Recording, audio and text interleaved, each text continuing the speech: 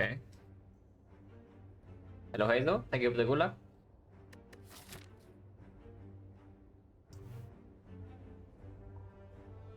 Yeah.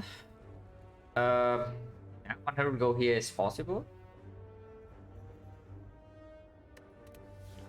Top 2 for 18 is a little bit weird.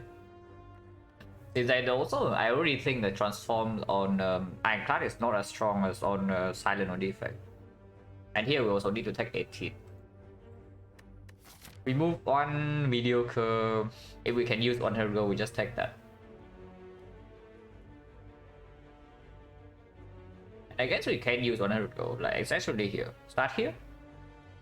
It's my sound working. Where it is. Why not that strong? Because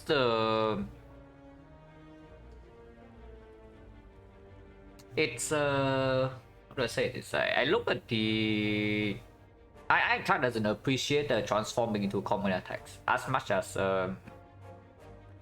silent or defect in general. Like you transform into not defect, yeah. You transform into damage cards, so you transform into powers. You can actually use them. And I already think transform on defect is not even that strong compared to on silent, for example. But on silent, you are not unhappy with like any damage card transform. Or other skills, you have like utilities later. For Ironclad is really weird because you transform into some garbage attacks. Your damage is still not enough. And then you add more attacks and then honestly you still need to add the same amount of attacks for your deck to function in Act 1. That's basically what I'm saying. You transform into some mediocre crap. And then yeah, the powers are also just like super weird. Because a lot of Ironclad powers really do not work until like way later. And there are 14 of them you transform into. So 1 out of 5 you already get one power when you transform.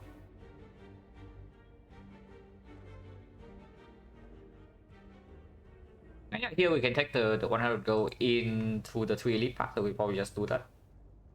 Like here into the shop for 2, which is slightly bad because we don't know whether to spend on potions here or not.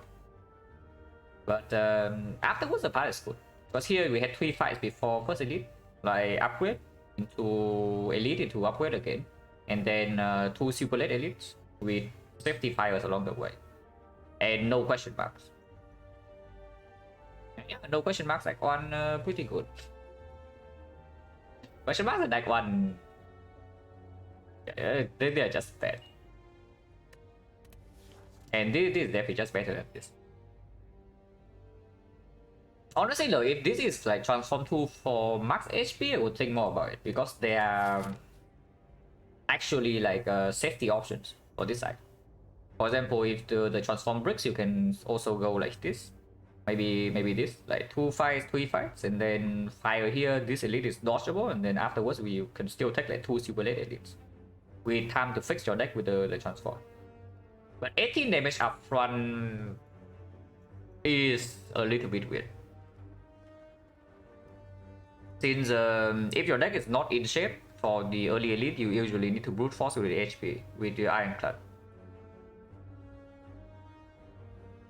So basically, if the trade-off is that most of the time I cannot actually take this, then I would definitely just take the go and like go here, take +1 elite.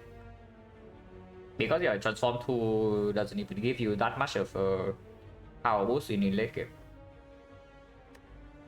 On Ironclad at least. On silent is very good.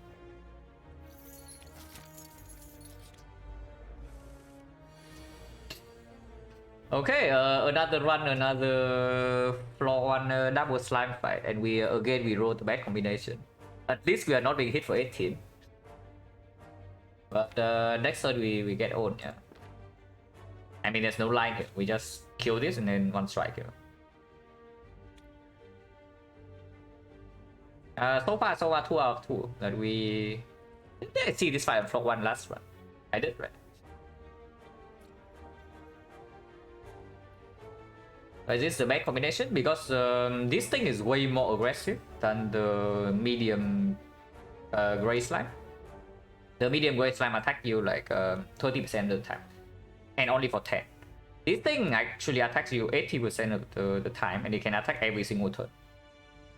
And this thing is also a lot more dangerous than the small green one, because the small green one only attacks you like once every 2 turns, and it attacks for 4. This thing attacks you for 6 every turn, starting on turn 1. So you just like face way more damage on average, especially when you don't have the tools to easily deal with this thing. But this time this guy shows us mercy. He doesn't attack for 12 on turn 1. And this fight is actually a fight where you can face 36 damage by turn 2 on floor 1. Now that's pretty ridiculous, considering that chance you fail for 10. No, you take 10 damage. So the thing about that fight, yeah, is that if you roll like gray here and green here, and this thing is failing you on turn 1, on Ironclad you can usually kill this thing on turn 2, and then you take 4 damage and get out of there. Maybe you take less. 4 damage in easy hallway as Ironclad is yeah, completely fine, because you're still healing for 2. Or you can kill this. If you know that you draw 3 defense, you can also kill this and then take 1 turn 2. And then this guy, the gray one, doesn't actually attack you that often. Average damage taken when the combination is the opposite is like way less. You will not take 0. Taking 0 on floor 1 very difficult, but you will not usually take more than 4. but this fight I'm happy if I can get away with like taking 7, you know. Give me a second.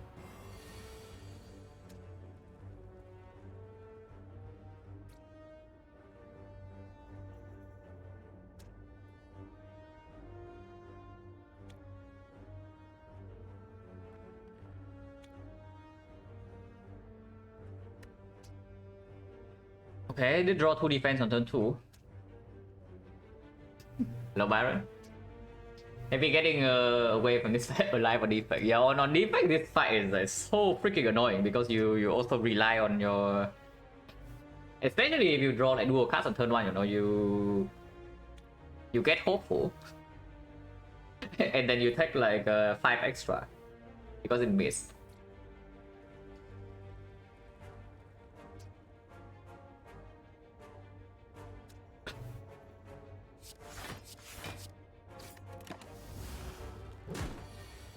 Yeah, you see, like 12 into 12, so this, even with killing this turn 1, we are taking...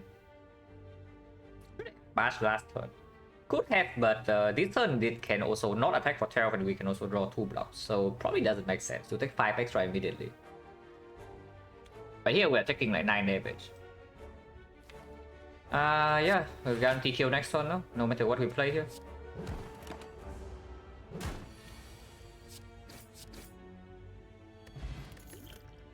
Potion's good.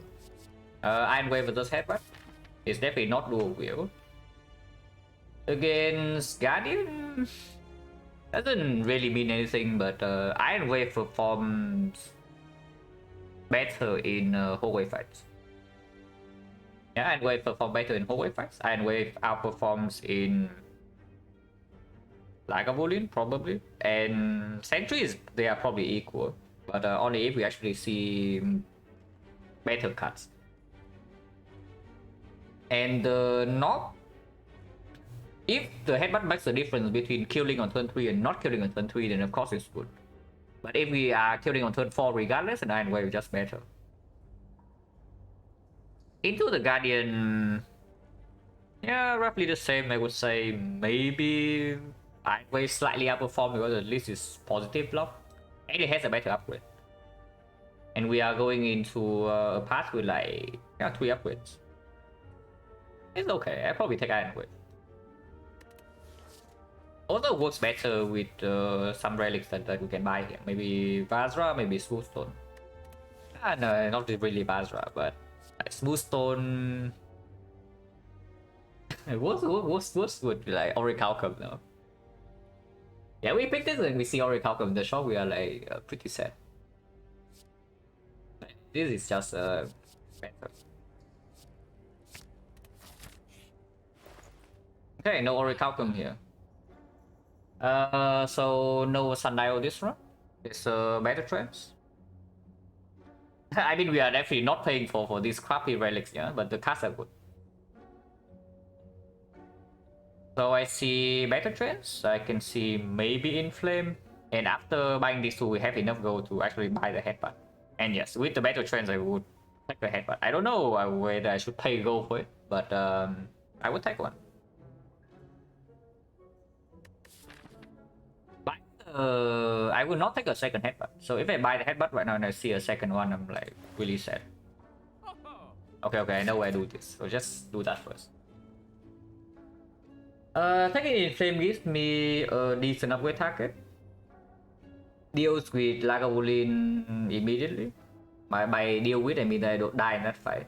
And also gives me enough damage scaling for Guardian.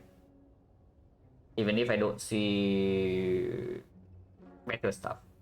I would not pick a second Inflame. I would still do Inflame into Spot Weakness maybe. But if I don't take the Inflame here, the only thing I can do in this shop is I remove. Because the cardless card is also freaking 4-ton. So I probably take the Inflame.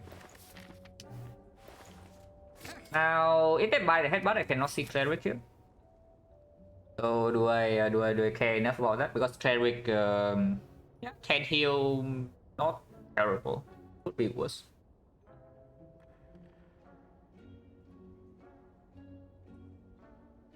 Buying the yeah, I mean, yeah, with better trends in the deck already, like headbutt is already positive. And it's on sale. If it's not on sale, then of course we cannot even afford it. But if we have enough gold to buy it and it's not on sale, I would not do that. And here it's probably okay.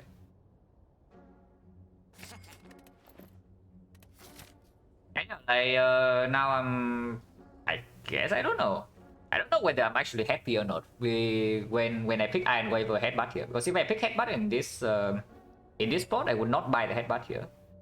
So essentially, I bought the Iron Wave for like 30 gold, which I guess is a decent deal.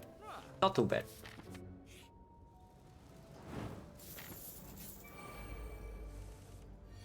Could have thought a little bit more, but not really. So double defense is clear. The last guy is not clear though. 56% that we get attack twice again next turn, yeah. And if we do not draw defense and Iron Wave, is really bad.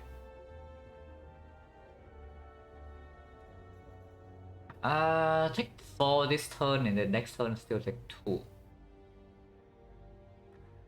Compared to the other line. But the other line we can take 9 next turn.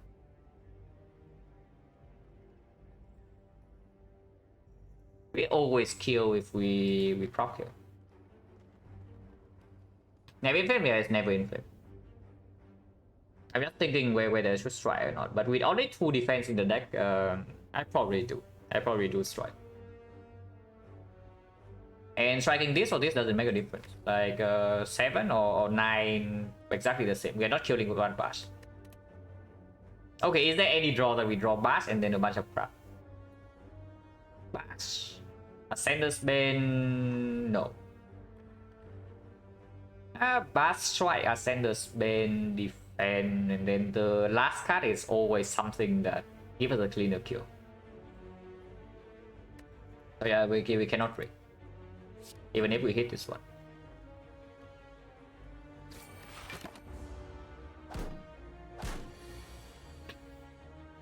Yeah. Would have only taken 4 this turn. Now we take 0 though. So essentially we gain nothing, we lost nothing. Because we drew like this. I mean, we gain some damage, which is good, I guess. But probably doesn't matter. Because we just kill next turn.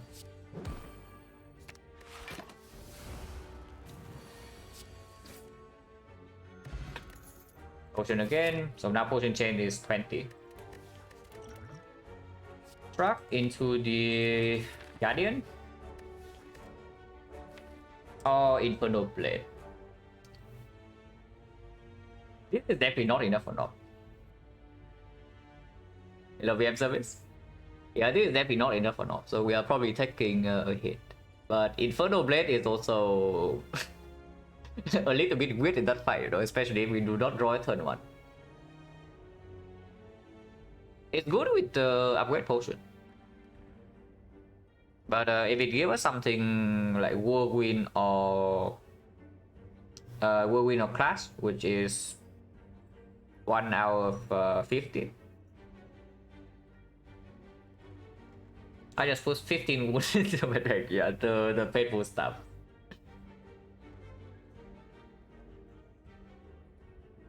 The painful stuff definitely can catch you by surprise. You don't like Inferno Blade kind of less desperate? No, I like Inferno Blade, but probably not in this spot. Because we already have a pretty decent matchup against both Lagavulin and the Sentries, especially if we take this drop. And against the Knob, I don't even know whether it actually helps or not. I would prefer just like using potions for the Knob fight. Neo was 100 gold. Picked over remove a card and boss squad and 18 damage for transform 2. Also struggle to play better in hallway fights.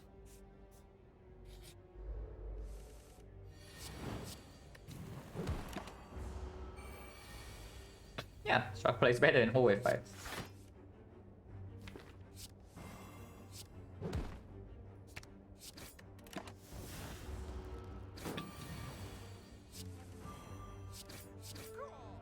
Your damage calculate is good. No potion, so potion chance 30. Oh, come on. Adding another block card to our deck is going to make the dog fight weird, yes. Like, the fight is already weird enough. Adding this to our deck will make it weirder. But I mean, it says power through. The card that says lock 15 for 1 energy on it. Hello, Cypher? Yeah, the yesterday was a win. So, streak right now is 4. To Guardian doesn't really matter. Like we already have Inflame Battle Transit against Guardian. Like, adding quote unquote this is like a half curse. This is not even a real curse, this is a half curse. And in deck 2 is like super good. I have to say no to that. I don't know. Like if we of course if we die in act 1 then we should say no to that. And yeah, the boss being the Guardian also makes like evolve a little bit weird as a pickup. I think it's freaking sweet power through though. Okay, let's talk about the elites. So where does the power through actually perform? Because Sentries it doesn't, yeah. Against Sentries like whatever. It plays second cycle, maybe third next cycle. That's way too late. First cycle, I don't think we play power through. Lagavulin, yeah, probably decent. If we can set up Inflame Plus for free. Not always helpful though, because I think against Lagavulin we also open the Power Potion. Maybe, depending on the draw.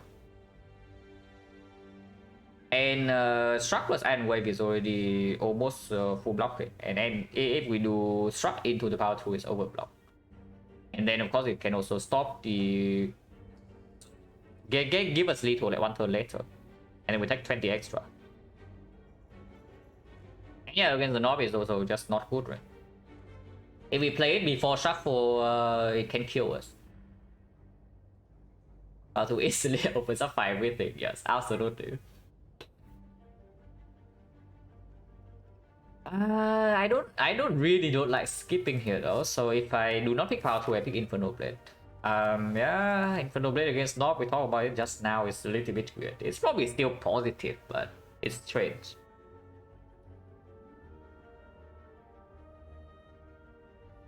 It's probably okay. Yeah, it's probably okay. We are going to have the Inflame Plus and 2 potions. How bad is Inferno Blade really? Like, because anything it can give us in the Guardian fight, unless it's like Wild Strike or honestly even Clash plays there. There's only like one strike that I would be extremely unhappy with. If it give a start in the Guardian. Anything else is fine. If it's an attack that exhaust, I would be a little bit annoyed, but doesn't matter too much because we also have Inflame plus damage scaling. And yeah, we can also headbutt this attack back. It's fine. Happily still take 2 elite path, no reason not to. And first upgrade is still Inflame. This guarantees the damage scaling for Guardian and makes the matchup against Sentries and Lagavulin way better. Yeah, willing to spend power pot still. Our potion change right now is 30, so we have 70, 60, 58% to get a potion here or here. And if this is not the power potion doesn't even play. The upgrade potion plays on in all 3 fights. So if we see a fight that's not knock, we should just use power potion. If we use a potion.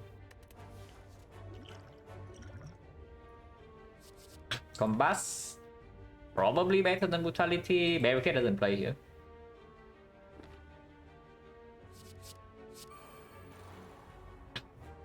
So Combust is 10.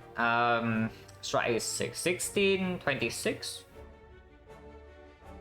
And the same as always, yeah. If we want to block, we want to block with Struck, not with defense in the first 2 turns. Unless we spend ONG on blocking, but I don't think so. We can technically take this fight a little bit slower because Combust eventually deals with them. So by the next time this thing attacks, we already deal 22 AoE damage, so we should be able to kill at least one.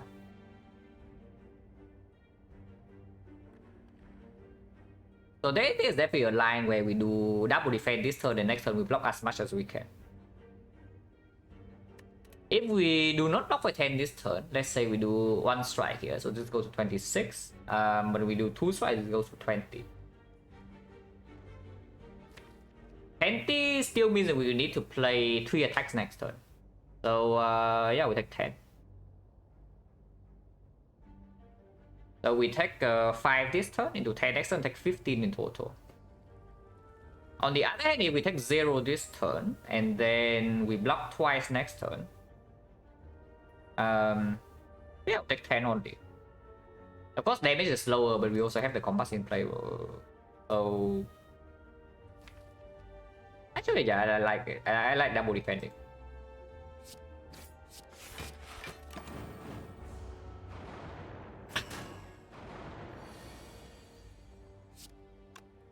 Hopefully I draw into headbutt, otherwise I shuffle out 4 real cards. But of course I'm still playing Battle Trance here.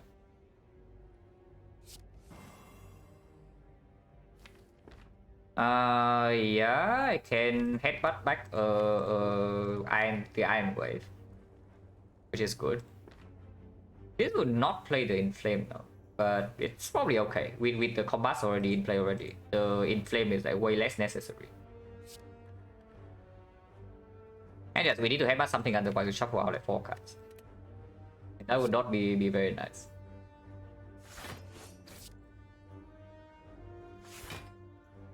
So right now, ideally I still want to kill this next turn. So 16, yeah, I can.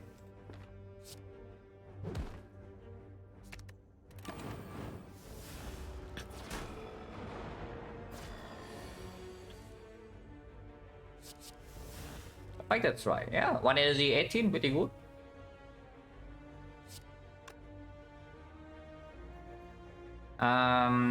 We deal 10, 28, so we need to draw 1 strike to kill this next turn. Let's do that.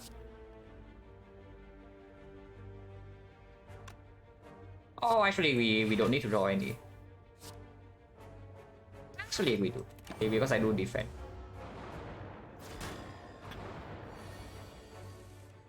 Okay, that's good.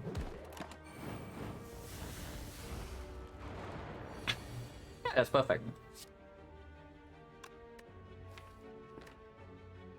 Can guarantee taking 0, or I can try to kill.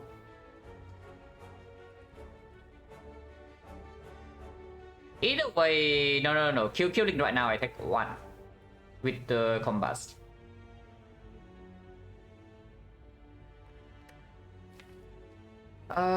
So basically it means that I can battle trance first.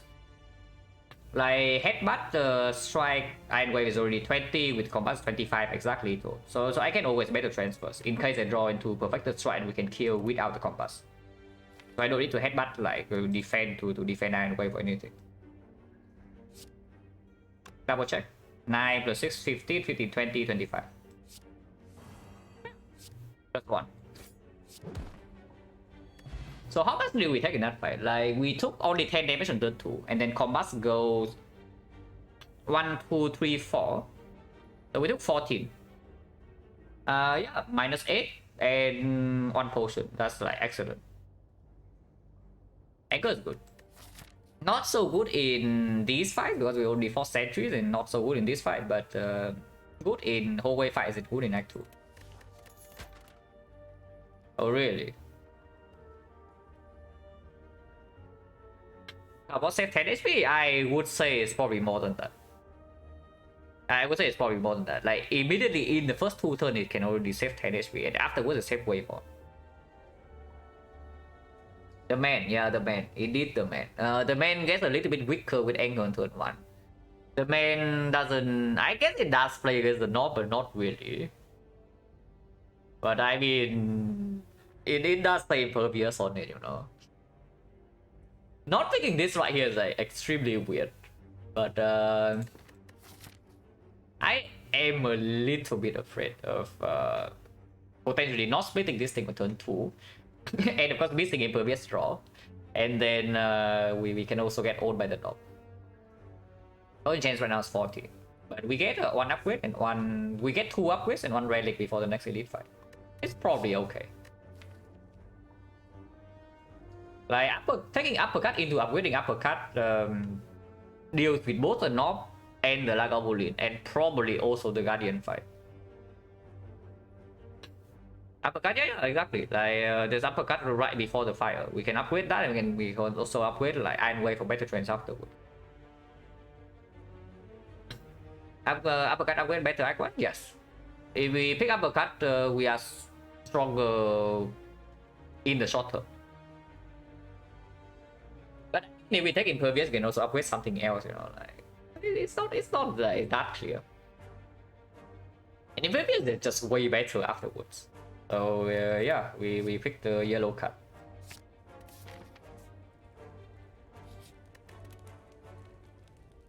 This upgrade can be on battle traps to make headbutt stronger.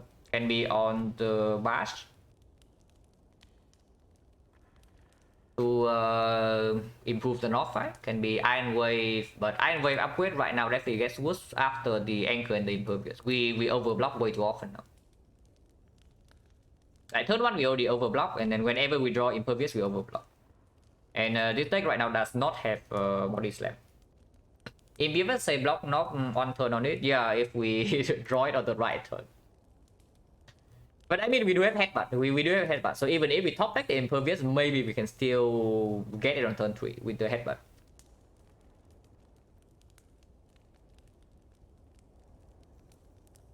Yeah, this upgrade is actually good. Like I upgrade gets way worse.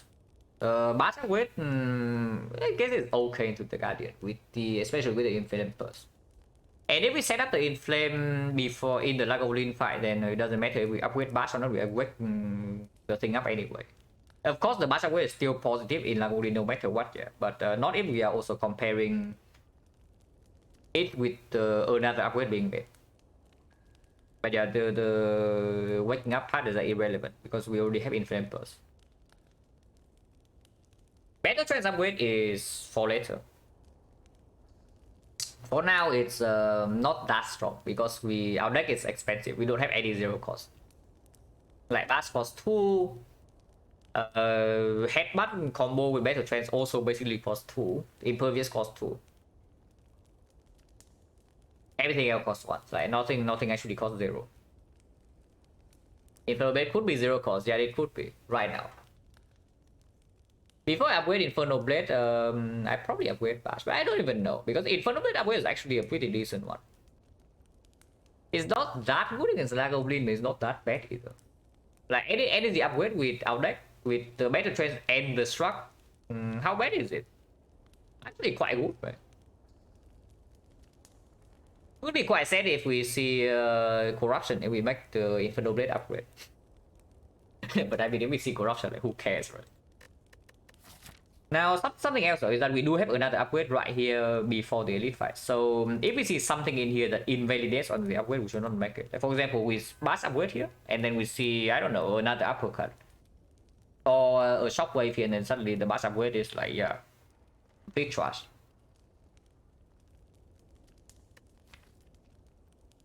Honestly, I don't hate the Infernal Blade upgrade. I don't hate the Infernal Blade upgrade. I think it plays well. And if we upgrade Infernal Blade, maybe the next upgrade can also be Battle Trance.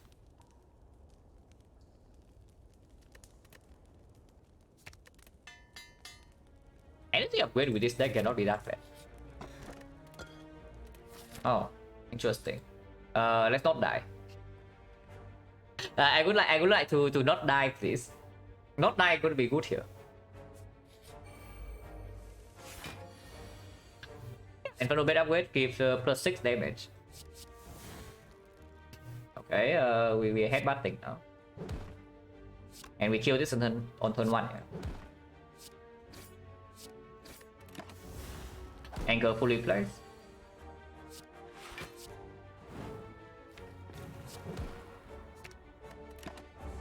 We just have infinite damage because you can just headbutt or headbutt. Okay, that's definitely not how it works. Poison chance 50. There's the True Whip plus and there's a Funeral Pain. We literally just fought sentries, so the Funeral Pain pretty hot garbage for now. And with the Toxic Egg, I don't know how much we should play for later because yeah, Funeral Pain is a later pick. In the Guardian fight also doesn't perform. It might perform in the Sentries rematch here, but there's also a True Wit plus. Which is good against the Guardian, but we of course we still have the North threat. In this board I would say upgrade Bash to guarantee that we can kill, at least kill North one by turn 4. Because this Queen also doesn't actually give me damage. Unless you tell me it's close line, but yeah, now every shockwave is green.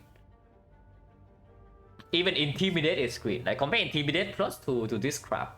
Like, holy holy crap, it's close line bad.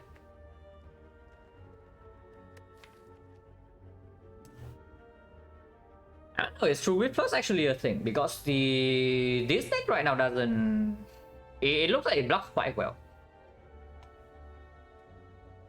But that's the only thing it's actually doing. Yeah, we can get completely owned by the North here, and it's not. That's not very. That's not a very nice spot to be in. And I don't even know, you know, like normally this card is quite good against the Guardian, but only because yeah, you flood your deck with attacks. Like what attacks do we even have? We have still 4 defense. We added a block card, a card that exhausts, a card that draws, so it's just both block and defense, and this card blocks. Exhaust price in Guardian fight is the thing, yeah, but that's only because normally you have way more attacks than this. Your attack density is way higher. In this part, I don't even know. Like, of course it's still positive, but is it necessary? I don't think so, right?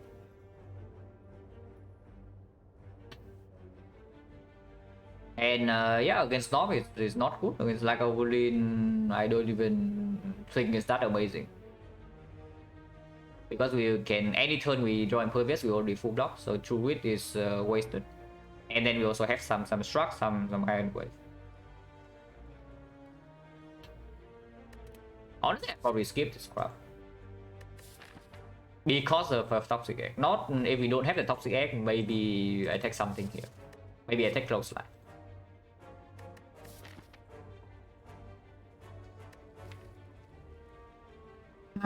Should I still take Close Line? No way, right?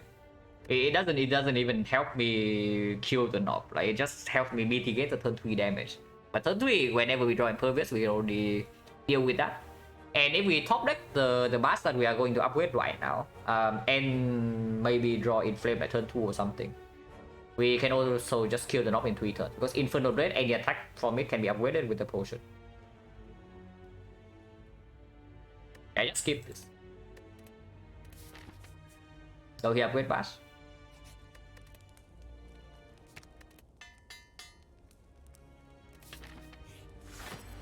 It is like a Lagavulin, and we top deck the Inflame, which is very good. That is not so good, but I guess we guarantee to draw Impervious in the next 2 turns. So here the Infernal Blade upgrade plays, yeah. This is probably the better fight for us, so I don't think we want to spend the blessings here.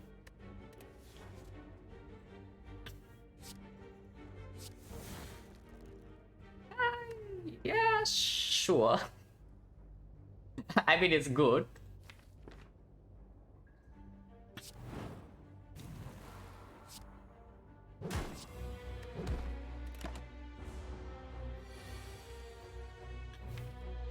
Yeah, here we way over block. Turn block 10 probably. Unless you tell me we don't even want to play Impervious this turn, but that sounds extremely weird. But yeah, this draw is not good. Like, we draw Impervious together with the other 2 good block cards. So let's say this turn is an Impervious, strike deal 13, and next turn we do another 13, so 26. This thing goes to 69, yeah, nice. And then off turn we have 3 strength. Yeah, Anger's in play, Bash Plus is here, we have Battle Trance. It's okay. And even if we have to take 1 hit after debuff, it's not so bad. We still have shock to block, and this thing block, and if we take like too much hit, we can also do this.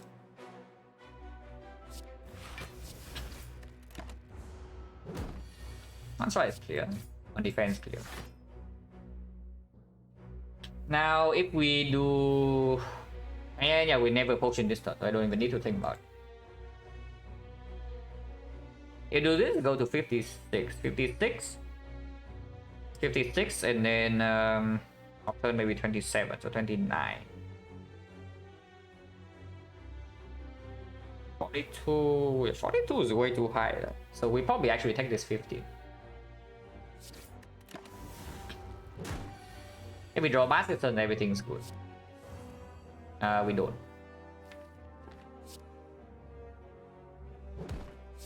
But we draw Anger, so that's probably good enough.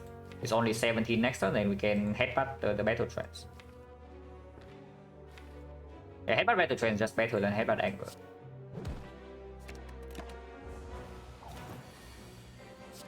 I'll just kill now. Potion. So potion chance right now is 40.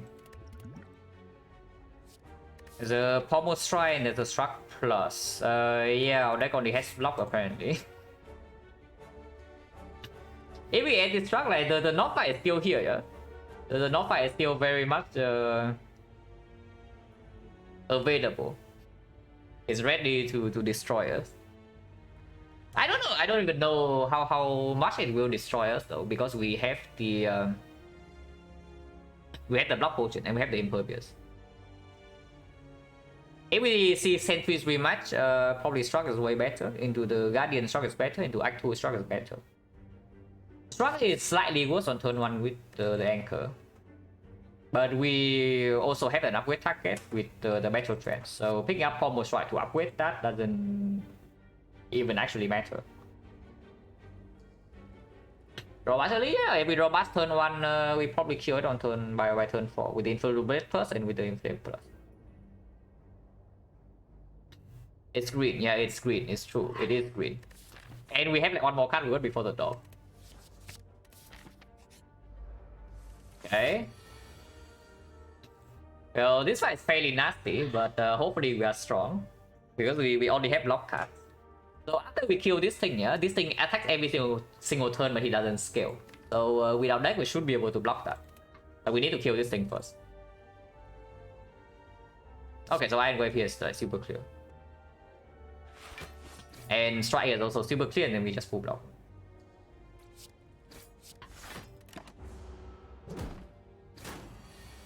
Being weakened on turn 1 kind of sucks, but it's fine. So we can once again full block. We can do headbutt the Iron Wave, struck into the Iron Wave, and then play Iron Wave here. So we are weakened, but we deal 6 plus another 3. We deal 9 damage with this. Anger plays full. And our block heavy deck, I hope it also plays full. The other line, of course, we can also bash into struck to guarantee lethal on this thing next turn. But with 3 attacks, we can already kill, and Inferno Blade also costs 0. No reason to take damage yet, right?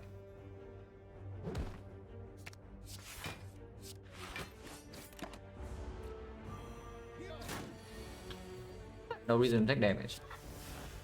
Yeah, heavy blade exactly deals 10. Calculated, guys. Okay, we can make it deal more than 10. But doesn't matter because we still heavy blade here.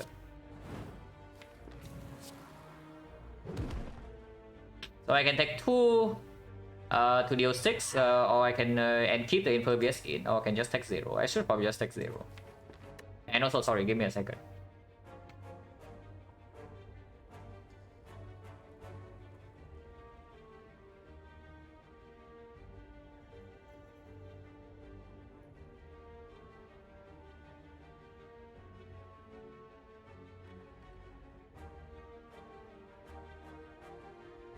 Okay, so impervious, yeah.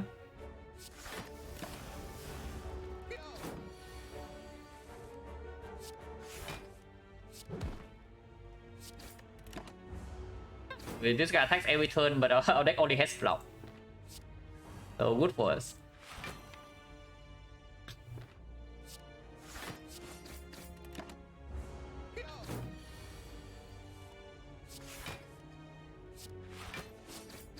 Our deck only has flop. So we took 0 in this fight. 0 damage, no potion U against green slime and blue slave in Act 1. Now that seems like it's pretty good. So the only thing that can actually stop us right now is actually the knob. So let's be a little bit alert there. Yeah, green cards. Now, Dual Wield with Inflame Plus is like kind of a thing. Dual Wield Inferno Blade Plus is kind of a thing for 1 turn, but not really. We only have 2 targets. And not enough consistent draw to do that. Hello, Lord Rentos. Flex Plus? Yeah, not interested. No, I mean, it's better than usual. It is better than usual. We have not added many cards. And we have Struck, speaks a little bit for Flex, and we have the Battle Trance that we can also headbutt and upgrade. Or we can also just take the War Cry.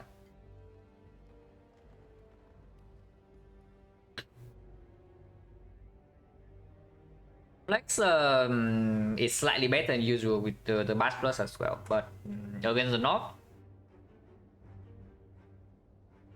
Have a nice day, yeah. Thank you. So is the upgrade potion still a thing, or do we take 2 block potions and just block the knob now? Because realistically, upgrade pot is just upgrading the. I guess it upgrades this card. Yeah, it's still better. Point chance right now is 30. But yeah, honestly, I'm really thinking about this. The Flex Plus.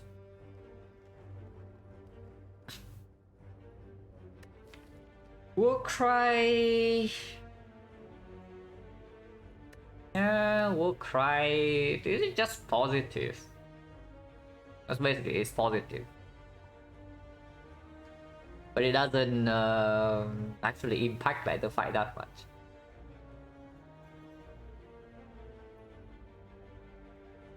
I probably just take this Flex.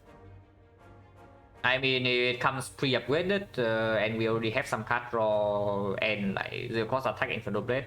It's probably not too bad. And yeah, potion will keep us this. Because this potion can upgrade damage for the knob, which can put us over the threshold. This knock 88. Yeah, no bash at turn 1. But we can basically full block turn 2. If we upgrade pot right now and do Iron Wave Headbutt Strike, Headbutt to the Iron Wave, we block turn 2, and then if we draw Impervious turn 2, you can also block that. And then we still have the block potion, we can even block turn 4. Or if we draw Impervious turn 4, we can block potion turn 3 into Impervious turn 4. I am willing to spend 2 potions here.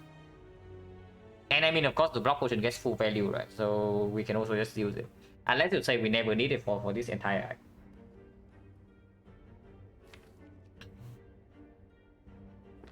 But yeah, like Headbutt upgrade is how much? It's like 7...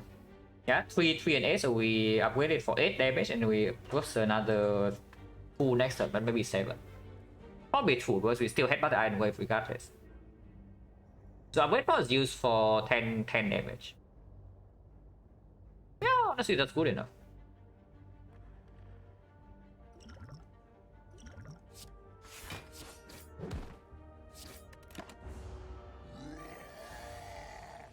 Okay.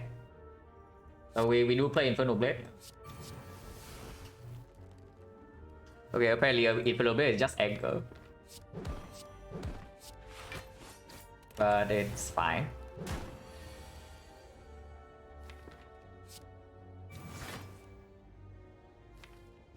Yeah, you look at this. Like you see this beautiful flex right here. And you see what happens next turn if we do not have the flex. Okay, nothing would happen because we just play Inflame instead, but then we take this hit. Hello Zakos, but instead here we full block. And that's we have guaranteed lethal with flex triple strike on the vulnerable.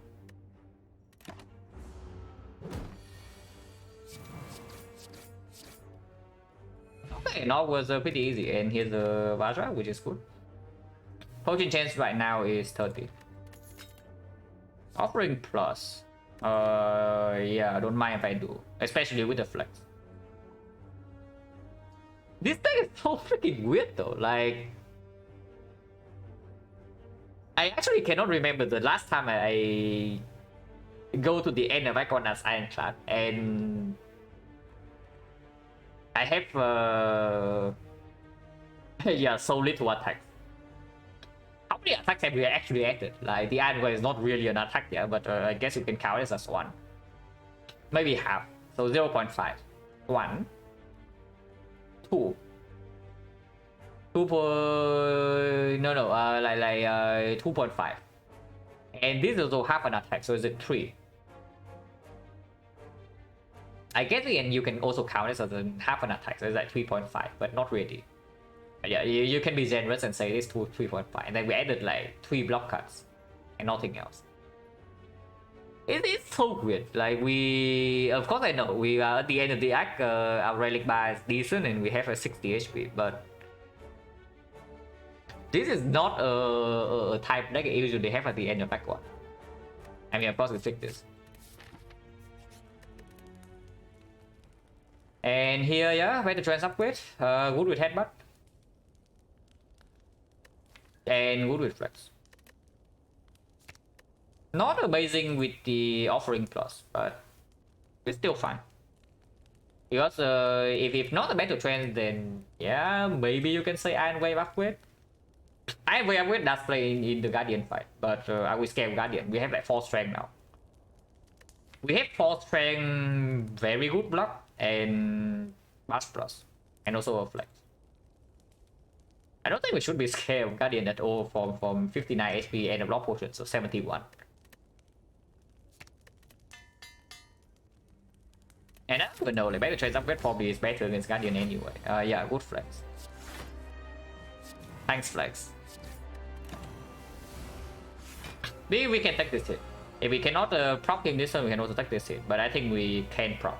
Unless Infernal Blade give us some crap like Clash. Even if it's Clash, we can still do it, right? So it has to be something like Whirlwind. Yeah, Whirlwind will be best.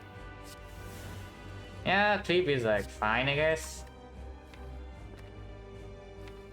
And we can Headbutt the Struck.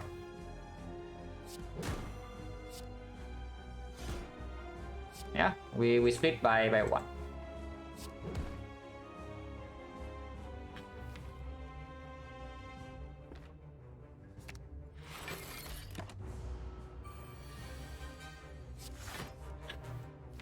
So next turn we have like we will shuffle out the battle tracks and the struck plus, which is a little bit annoying, but I guess it's fine.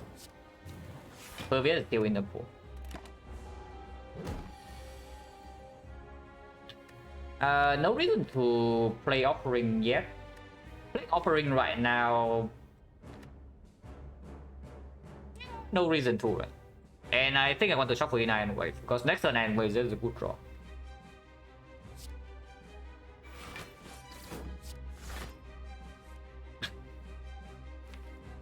So I can Battle Trance right now.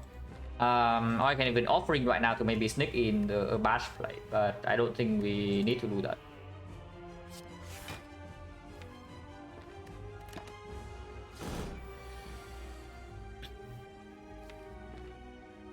Headbutt on offering is yeah, very fine here.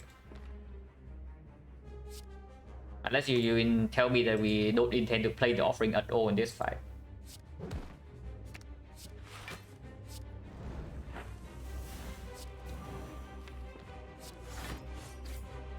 Yeah, we can prop. Propping right now means that we don't get to deploy bash though, so it's probably not that good. I think I want to play bash.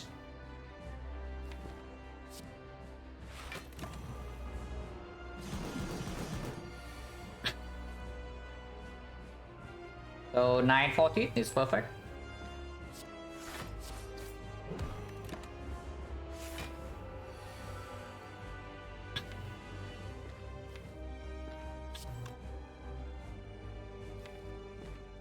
And headbutt the shock plus.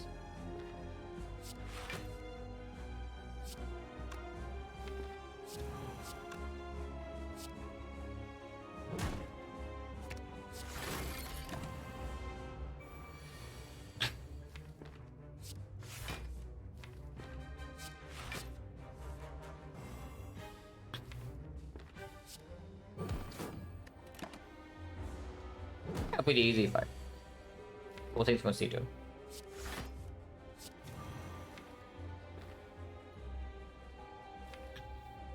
Next turn we are getting owned if I don't draw here.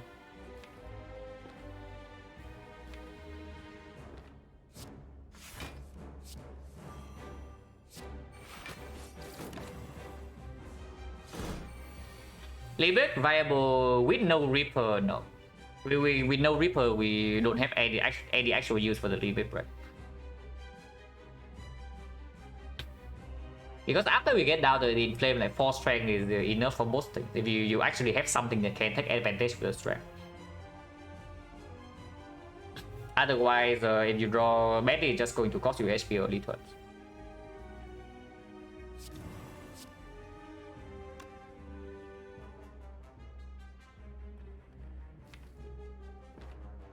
I can headbutt the flex and then Battle Trance and flex again, but probably not. I want to draw into actual block here.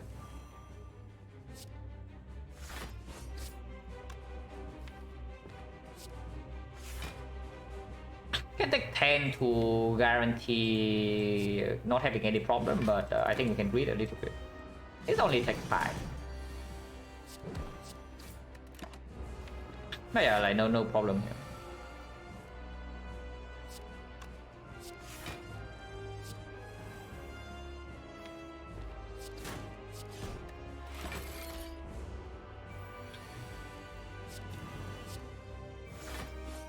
We do need to take like 3 more because we break on the blocks, but it's fine. Yeah, if you want limit break, here's your limit break. Fiendfire looks exceptional though. We have the we have the structs, we have the offering plus to field hand, and we also have the battle trance plus. And of course, we can also flex it to Fiendfire also best strength skilling attack. Or we can take the limit break plus with our headbutt. No, seriously, like the limit break is actually not terrible, yeah, but we Without the Reaper, we also don't really have a real use for it. Maybe I pick it over Northic, but not over Fiendfire. Oh, really? Yeah, I guess we can take that. It makes the Fiendfire a little bit weird, and it makes the card draw also a little bit weird, but it makes Impervious stronger, and we can always line up Flex Fiendfire. Or you can tell me maybe we don't pick the Pyramid, but yeah, let's pick the Pyramid. Anything red, any bloodletting also comes up with it now, and we would like to take those. So I see early shop into Force Burning Elite, into Force 3 Elite. There's no option to pivot. But that's also the only path where we get an early shop. We have 2 potions, we have Anchor, we have Pyramid. I think we can be very aggressive here. So yeah, let's start left and commit to this 0 option path. Hopefully we don't get own in any fight, because that would be like very bad.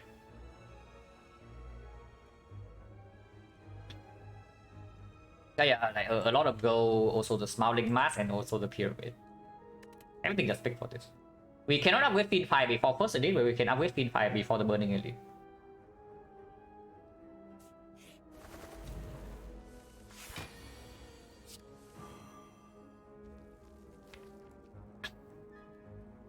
Is this fight a problem?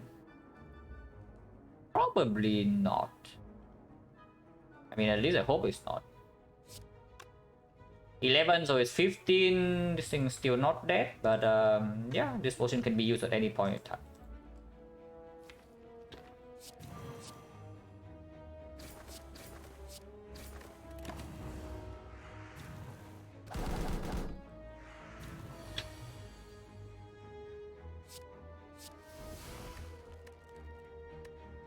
Yeah, attack of 15.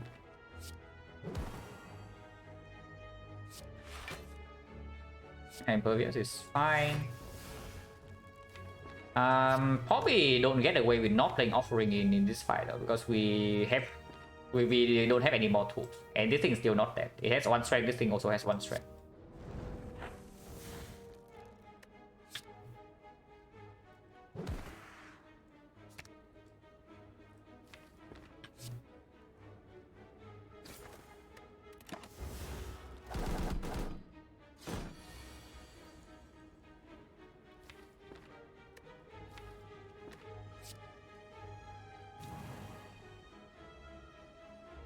So Fiendfire immediately kill this. What card do we want to have left in our deck? Probably, yeah, Inflame's fine.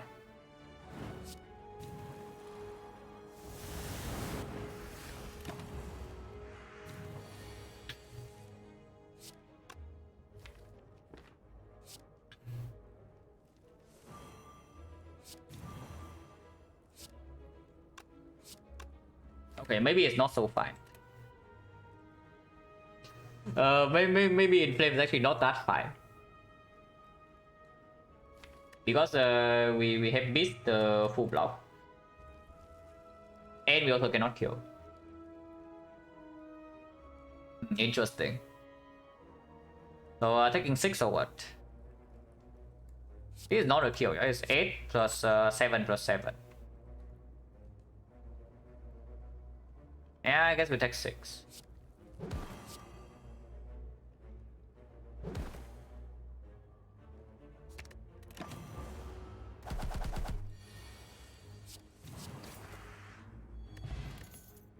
Embrace plus, yeah, not interested.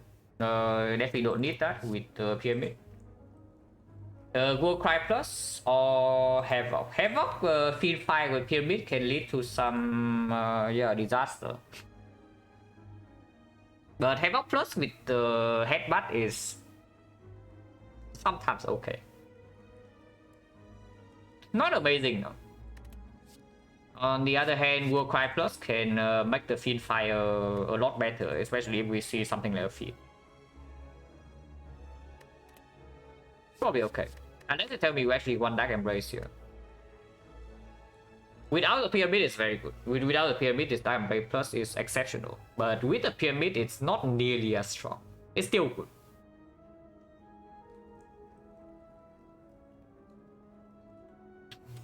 It's still very good, but probably not even super necessary with offering Battle Trance Plus and then Double Struck. It's so good. It freaking comes upgraded. Like the only reason I'm even looking at this thing is that it's upgraded on its own, you know. If there's not a free upgrade right here, I don't even look at this crap. But it's definitely a card that's better. It's good later, and then it's also pre-upgraded. Going into the Force Elite, I don't know how much we should care about that though. It's like, yeah, we refill our hand with Fiendfire, but then what? Because I have a feeling that if we play Fiendfire with Flex, whatever with Fiendfire is dead already. I guess it may be useful against Slavers. Because Slavers with Fiendfire, the fight doesn't end. But yeah, like War Cry also, you can save one good card that we cannot play, like for example Impervious. Yeah, we War Cry freaking Impervious and we play Fiendfire, and then we still save the Impervious for next turn.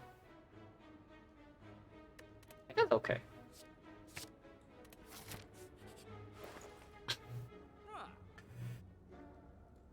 I mean, it's already with the Toxic Egg, so we probably take that. But there are some pretty juicy stuff here, I can tell you. But yeah, we take the Orrery.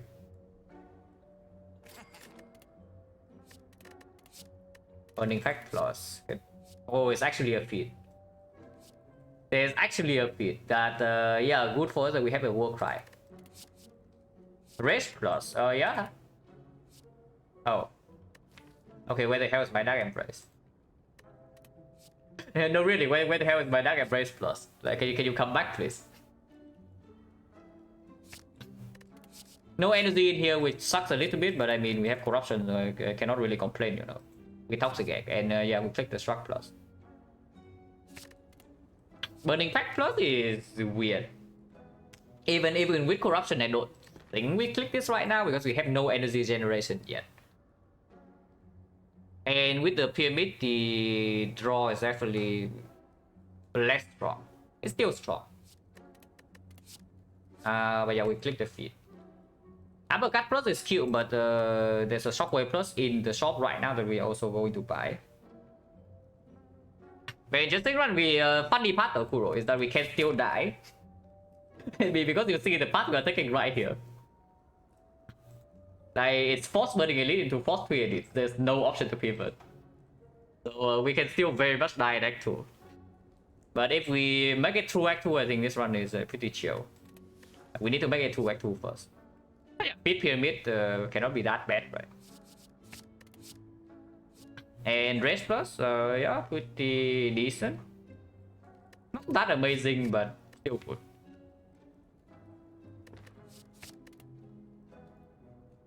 The only thing I'm thinking about is like this thing is greedy. It will be good later. It will definitely be good later. Like Manual Exhaust on Pyramid, very good. And card draw, even if it's slightly weaker with Pyramid, is still very strong. Like something like Sentinel is not even a real consideration because we have Corruption already in the deck.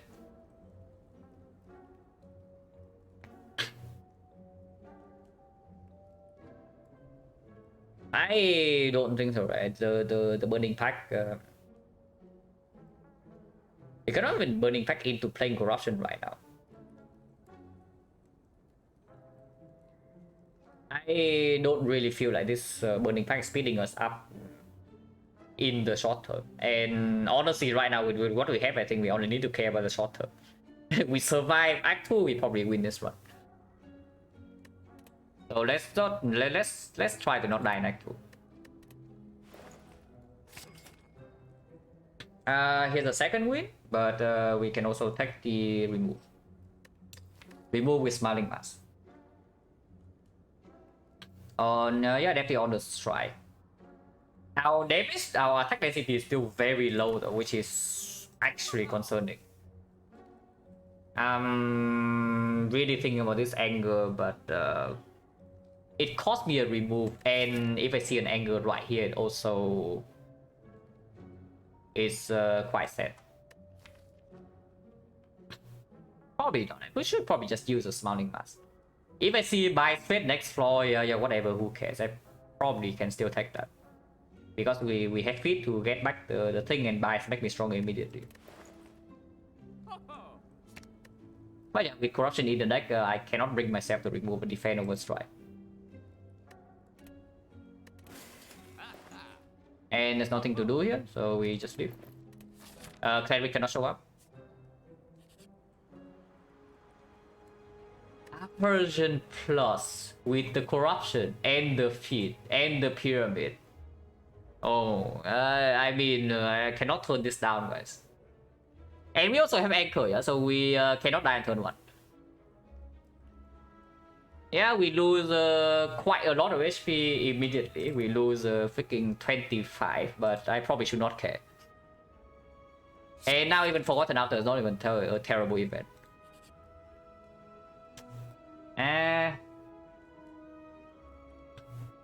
This is probably bad. And it's only -2. So I don't think I pay go for this crap. These potions are already somewhat okay. Like, these are not bad potions. But honestly, we'll talk to. I'm actually extremely terrified because I have a feeling that our deck doesn't have the necessary damage for slavers. We can kill one of them. But the second one, killing it before we get flooded with wounds is pretty annoying. We can try to kill Taskmaster first. Because maybe we can even block through the vulnerable with this deck.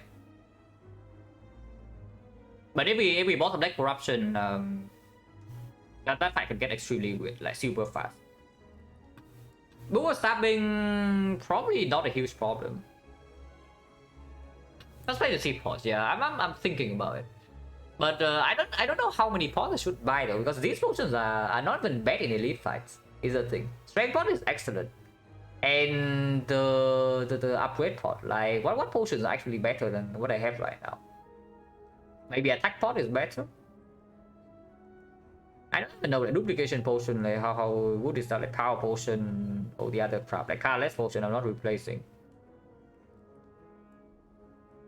And I don't even know that is fire potion actually stronger than the block pot when I have 37 max HP. And force strength. Ghost is silent only. If we are playing silent, I buy 3 potions. But we are not. But seriously, I don't see it. Maybe I can see not taking this 2 damage though. But the next fight is still easy hold, and I have anchor and the deck full of block. So I don't think we actually are going to lose HP in the next fight at all. Okay. I mean, one argument though, to buy 3 potions that we can see fruit juice. How much gold do we have after we leave this side? 1, 2, 3, so 90, 90, 105, 105, 100, and 20. 120, 195. If we pay for 3 right here, we have 200. Yeah, not enough gold, but 207, 220. Enough gold to remove and buy a relic still. And we have free pathing actually. I'd say okay. Peter, thank you very much for the sub and the 11 bucks. Appreciate it a lot. I mean, I would love to, I don't know, maybe have a piece right in my deck right now. Because this deck apparently has no attacks.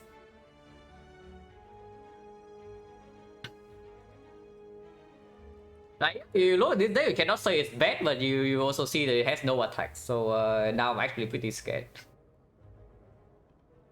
Because burning elite, yeah, probably buying 3 is still okay. Even if I buy 3, I still have enough gold to spend in spend deck 3 and free pathing. Yeah, about spending the gold. So yeah, it still cares to fin fire my entire apparition hand. Excellent, yes. Yeah, the still gets to feed fire my operation hand is seems a pretty good line. Rare, these are uncommon though. So the still gets uncommon and this is rare. Oh, it's still gets rare. Actually, I don't even remember. I basically never buy this. So I don't actually remember whether it's uncommon or rare. Fairy is trash, yeah. Fairy doesn't actually give us that much.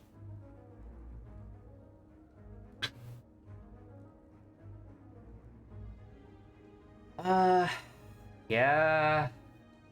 It's still good. It's just for instead of block potion. It's probably still better than block potion because if we have operation in hand, we can just play them. But it might basically if it lands on the feed fire, it can maybe get rid of the shockwave they cannot play immediately, which yeah, problematic. And of course, they can also freaking feed fire minion in the Gremlin leader fight, for example, and that's really bad because the only way we kill Gremlin leader right now is that we get a big vulnerable into flex feed fire turn.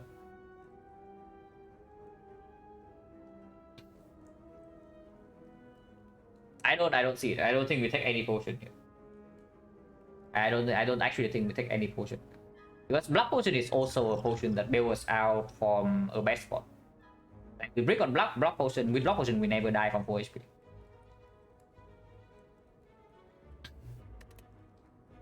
I mean, yeah, 5 potion would probably be maybe better than strength, but I don't even know.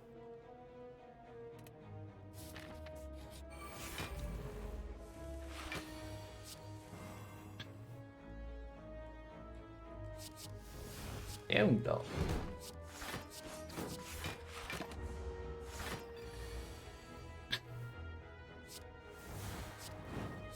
Yeah, we also have operation offering, so that's pretty good. Yeah, make hand space.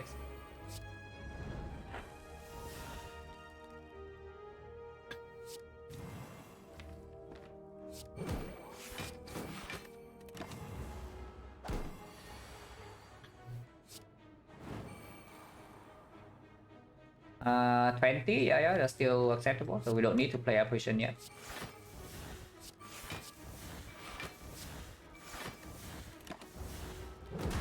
And this way also make more hand space.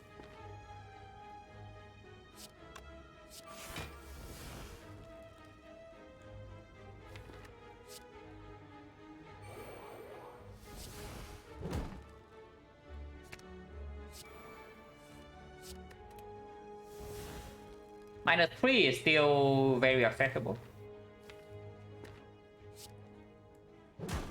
But I just killed next turn, yeah, so there's no need to take this hit. I mean, yeah, sure, I can also play that. Doesn't really matter.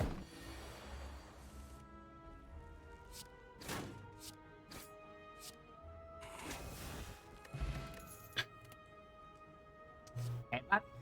We just headbutting our headbutt so we never run out of attacks or what?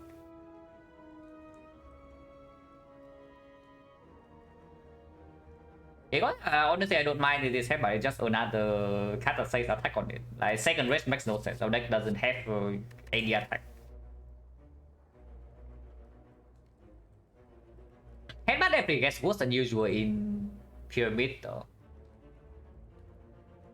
Because this is for ludicrous. Yeah, if we don't die immediately. Like right now, we actually have a real problem now. Deck doesn't have doesn't have a lot of attacks. Headbutt can actually headbutt like flex or something, and then we do flex into card draw, maybe double flex, and then we can kill. It's not so bad. I need to be Act 2, yeah, like because Act 2 can still kill us. We're not that out of the woods yet. I mean, we can also do every fight taking 0, you know, but there's definitely a risk to die right now. I don't hate this.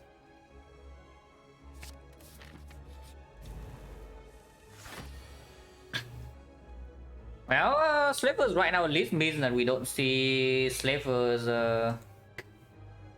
burning Slavers, so that's good. But we do use Strength Pot here. This fight is probably the most annoying. Yeah, this fight is most definitely the worst fight for us. So we do use a strength pot.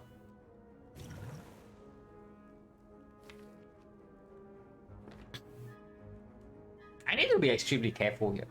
We can absolutely die in this fight. So there are a couple of lines here.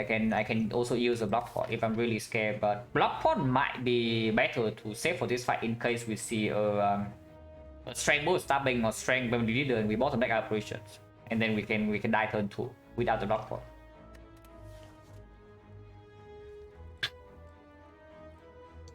So what Knight is doing impervious flex into headbutt, and we headbutt the flex back.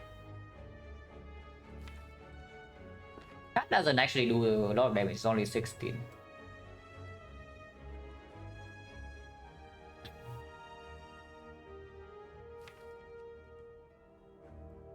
And it slows down the draw into the operation or the corruption.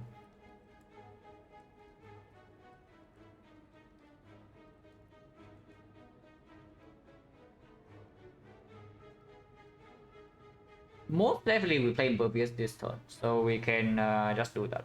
But I'm really wondering what comes after the impervious. Is that this part, Toxic Air and Pyramid? Because this is the only part that goes to early shop when we had like 300 plus gold. And it's not like the other parts are safe, you know, because when we left the act, the deck was until here. We did not have corruption, we did not have fit, we did not have the operation shockwave or whatever. So we were probably in a decent spot, but not so amazing that I would. And I don't even know whether it's actually safer to not go into this, you know. But of course, after the shop being what it is, I would pass safe. But if I do not go to this shop right here, the shop I'm going to is right here. So it's after the elites. Hyro already enough? Is it a Hyro? I mean, yeah, sure, it's good for later. The keyword is good for later. Everything in here is good for later. And the thing we are scared of right now is just that the deck doesn't have enough damage. And if that is the case, then I really don't see not going to the shop. This is just a very weird deck to leave Act 1 with.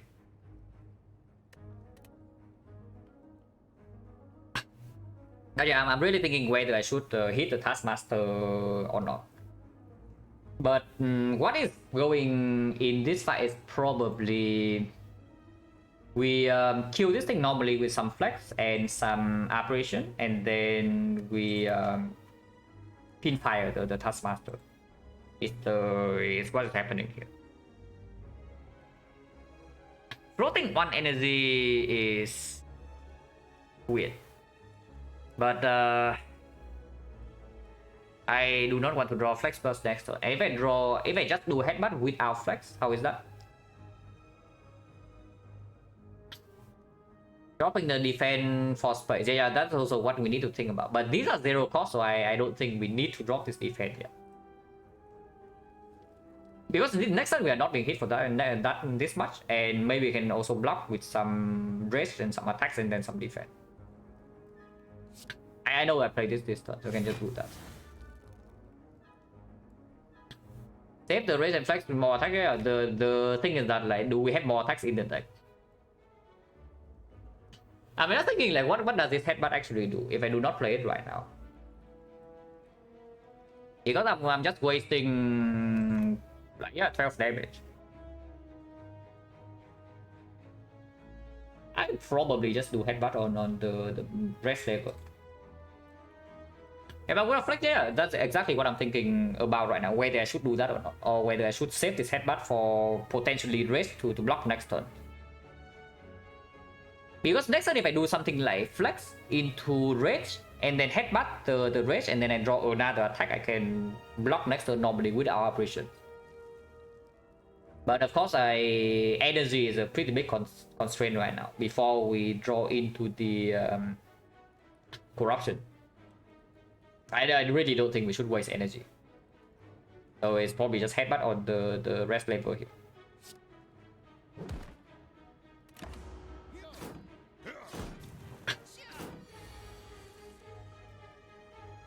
Yeah, this thing is trying, is really trying, but I think we can kill him this turn. We do not need to operation this turn.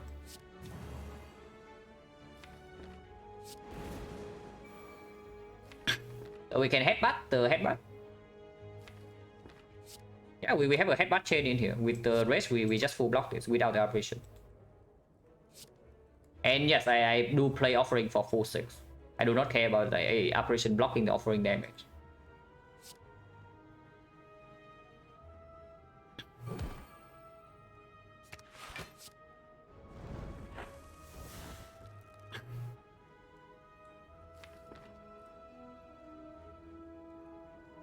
Yeah, so we can even bash the Taskmaster. That's excellent.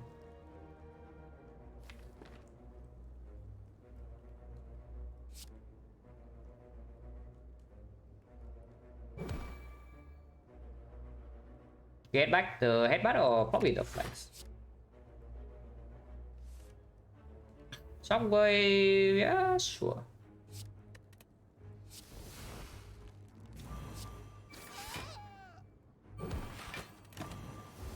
Looks fine. Headbutt infinite, the thing with Sunlight, you cannot draw. You cannot actually draw the thing. So even with like seizing top, you need like both of them costing 0. Hello, Jageti. Underclap. It's not actually not bad. We are weak, but that's fine.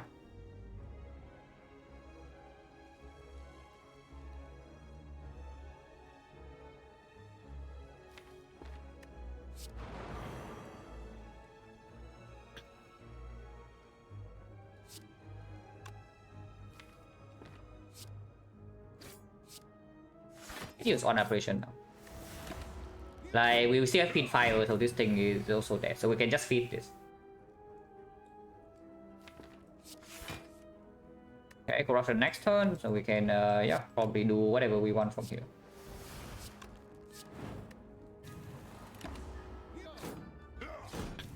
Okay, not too bad.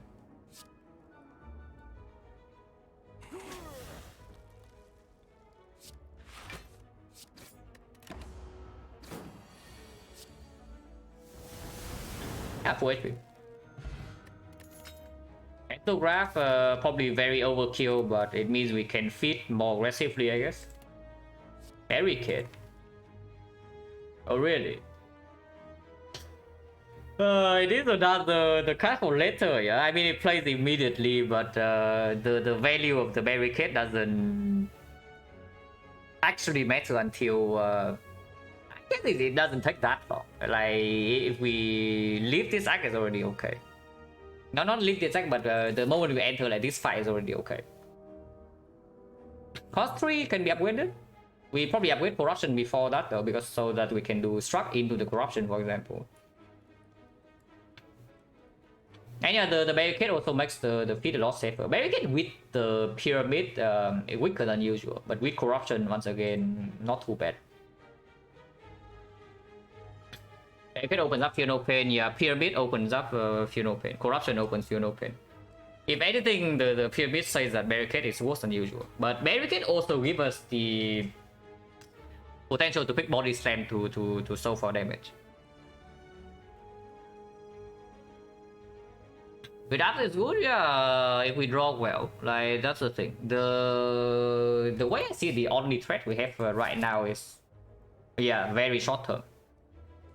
So do we really want to pick a card that is definitely good at the end of this sack and very good later, but potentially cost us like something right now?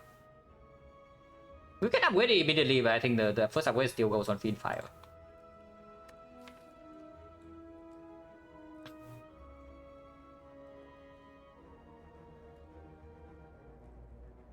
If we don't have enough damage, it's Barricade better or worse? Can we? No, absolutely we can't win this one without a Barricade, but that's not the question here. The question is whether taking this Barricade like, improves our chance to win or not. Yeah, sounds easy, I know, but not very easy to answer. So let's say we are in a very long fight, but Finfire doesn't one shot, and we do corruption. We play all the skills. What do we exhaust down to? We have 4 strength. We do have permanent vulnerable, and then our only attacks would be strike, headbutt, iron wave.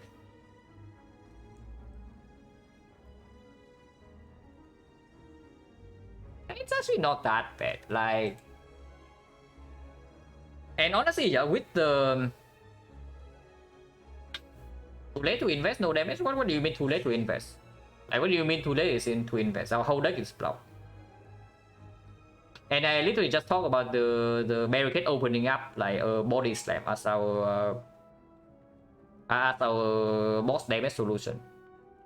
Because right now we can burst most things down with Fiendfire, but yeah, at some point Fiendfire doesn't actually kill. The thing about this barricade though is that if we do not have utility with the body slam, yeah, then the only other utility it has is with the impervious. Otherwise, with the barricade, we don't really overblock. No, not the barricade, but with the pyramid. With the pyramid, we can allocate like, as much block as we need.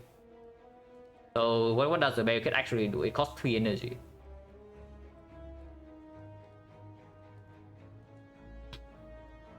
Yeah, or we can also get a Juggernaut, yes. I don't like it at all because immediately into the Burning Elite fight, it doesn't play.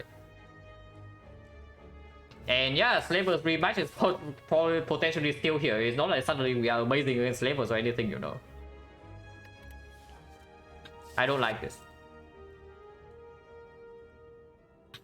Instinct change for body slam enough value looking at damage. So the thing is that I don't even know whether body slam without the barricade is not doing it. Because here's the thing, we have double headbutt. We have double headbutt, so if we have a body slam plus, for example, we can always do body slam with a big block turn with the corruption, and then we headbutt the body slam on top, and then we have pyramid, so we can control how much damage we deal in one turn with the thing. And in the very short term, the barricade just costs us. I don't see it. I probably just skip. This is where definitely goes on Fiendfire. Unless you tell me we are suddenly strong enough to upgrade the feat. Maybe we upgrade the feat here, but it's probably corruption here. And then maybe here we have nothing else to upgrade his feat. So yeah, potentially minus 2 max HP, or doesn't matter.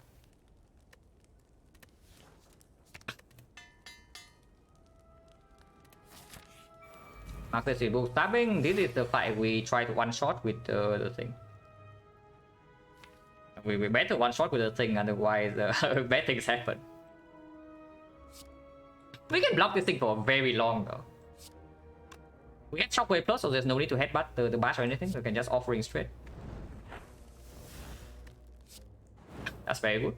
I do not want to play Warcry. I think I want to save Warcry when for when we have actually feed fire and maybe the feed in hand. So I can actually try to feed this.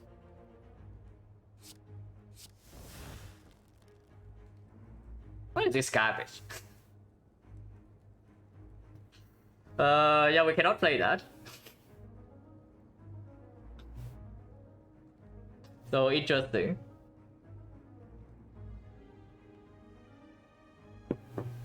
And we don't actually have a manual exhaust either, so this is just here in our hand until yeah, until we draw into the Fiendfire. Cool.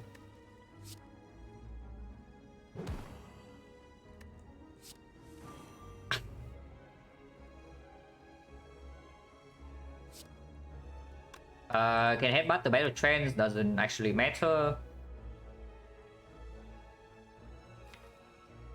I don't think I want to headbutt anything yet.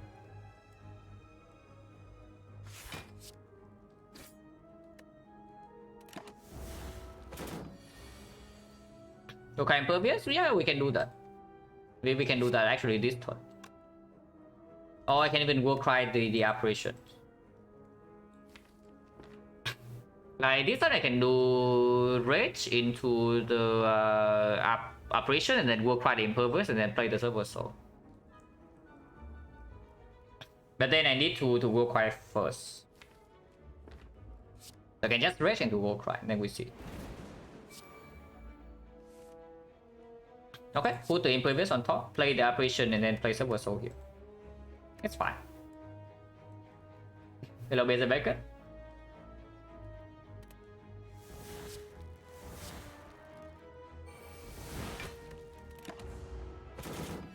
Make hand space to draw into the actual woodcuts. But yeah, now it's very difficult to fit. Now it's extremely difficult to feed unless we want to kill this guy without the feed fire. We probably can. We can still block for 3, maybe 4 more turns. So we can try.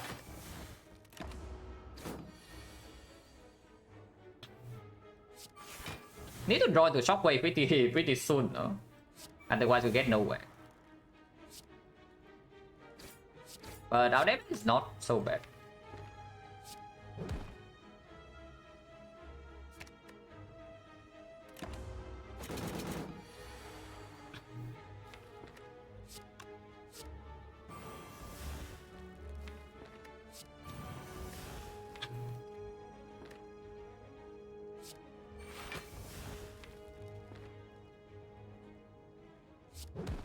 Yeah, we can definitely kill. We can definitely kill without the thing.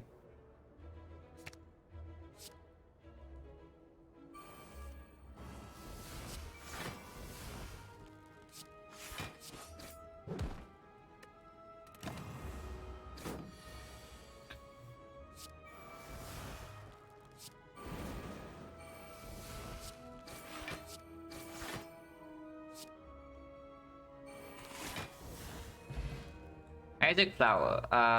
Yeah, heal 37. Probably very overkill, but sure, it's still good. Do we flush now or Sword Boomerang? Is it the Sword Boomerang of the Ages? We can upgrade the Sword Boomerang. We have Vast, right? We have Inflame Plus. So it's plus 4 strength, we have Flex. So potentially 8 strength. 8 strength with Sword Boomerang, 11 times 4, 16 times 4, 64 damage. Then we get headbutt repeatedly. Yeah, I mean, sounds pretty good, right? That's also a true grid, but not too interested. Yeah, sure. We take the Sword Boomerang and we can also upgrade it immediately. I don't think we need to upgrade immediately though, because they are higher value upgrade. For example, we upgrade the feat right now, we upgrade the corruption. Probably upgrade the corruption first. Hello, Abjit. This is like a very broken run, but somehow scary. I mean, we have not taken 80 damage in Act 2.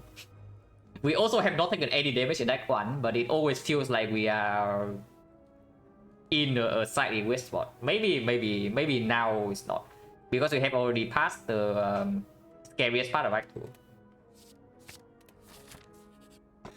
Dream Catcher, yeah, we are never using this, so we keep. Thank you for the red pepper. Hello, Drop. Hello, Hello. Hello, Flower. Hello, Juice. Oh yeah, we just did it, yeah. We are never resting with 37.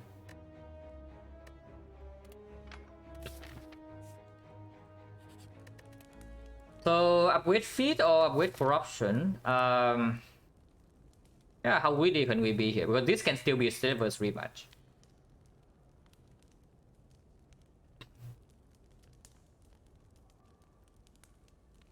Silver's rematch. This time we don't have strength pot, so our damage is not necessarily lower than last time, but it's not that much better. We have like 1 Sword Boomerang. Sword Boomerang is also terrible in that fight. This one losable? Right now, yes. If we leave Act 2, I don't think so. But right now, maybe there's still a small chance. Especially if we have more max HP with the feat, like we cannot lose this run. Unless we never find damage, but there's already a Sword Boomerang in here that we can upgrade. Even without the flex combo, we just 4 strength. This thing's already yeah, 40 damage with vulnerable. That we can headbutt. Would be pretty hard if I manage to lose this one somehow. But it is still possible, so let's not do that. But yeah, better way by far in this in this part is the corruption. If we're just talking about immediate power, I should probably just do that. Boomerang doesn't need an upgrade until, yeah, maybe before automaton. How is automaton, by the way? The automaton fight can be extremely weird because we have 0 AoE and our damage is very low.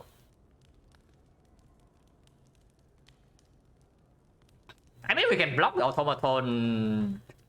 I don't know for how many turns, but we can block it for a long time. But that thing doesn't die to one fiend fire. Or does it? We can land vulnerable, but only if we do shockwave and then headbutt the bash.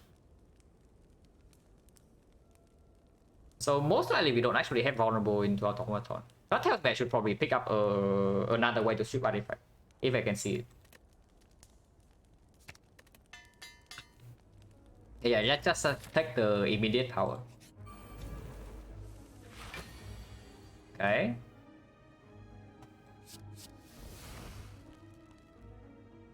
Playing Struck now might mean we get on next turn, but I also don't want to do nothing here.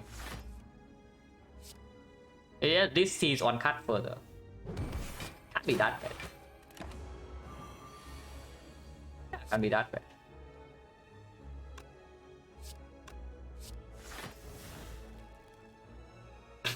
Like 2 is fine, or play the defense. Warcry, if Warcry happens, maybe it happens next turn.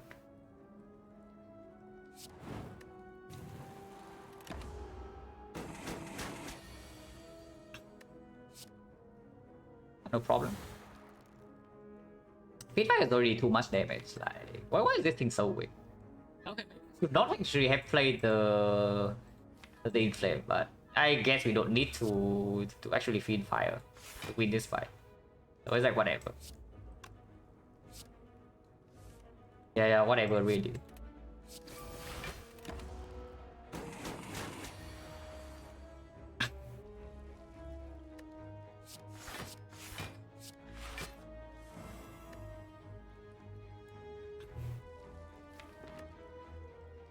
Next time we just do shockwave apparition tech 3, doesn't matter, and then the turn afterwards we can do whatever.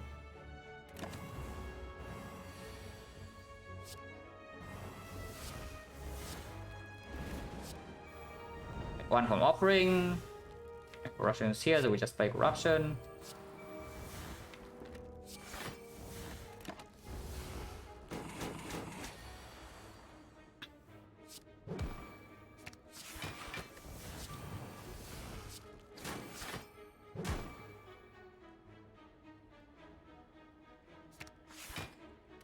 And next time we just feed.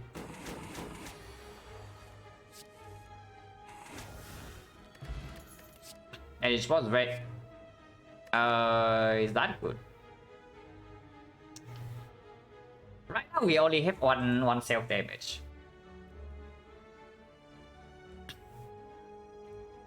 Of course we can intentionally take some chips at once with the apparition, and with the pyramid we can also control the amount of damage we take. Yeah. If we take this, it's also our upgrade target. Maybe here or here over probably the short boomerang. And we have double headbutt, so once it gets to 0 cost, that's a pretty ridiculous amount of damage. But we need to figure out a way to get it down to 0 somehow. It's probably still more than good enough. Like the buff for buff. Energy pot, yeah, now that we have blood for blood, the value of this potion goes down the drain, while the energy potion is still very good with pyramid. This potion is less necessary now that we cannot die from full HP. With 49 max, we cannot die. But it's probably still better than Essence of Steel, when we intentionally want to take some chips, so this thing also gets stripped away like pretty fast. In any fight that we are actually... that we actually need to use potions.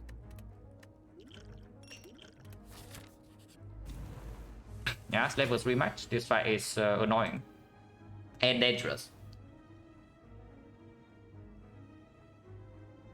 We have magic flower, so the feat is already healing 4. We have pentagram, so the moment we enter this fight we have full HP, which tells me I actually take this damage. Yeah, it just tells me I take this damage instead of playing apparition. Immediately decost the blood for blood and also deals way more damage this turn. And have safety for later because I have not used apparition.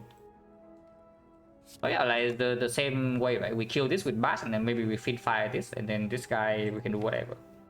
And now even have more damage with blood for blood.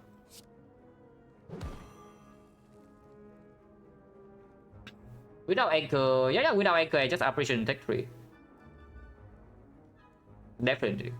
But with anchor I want to actually take damage this turn.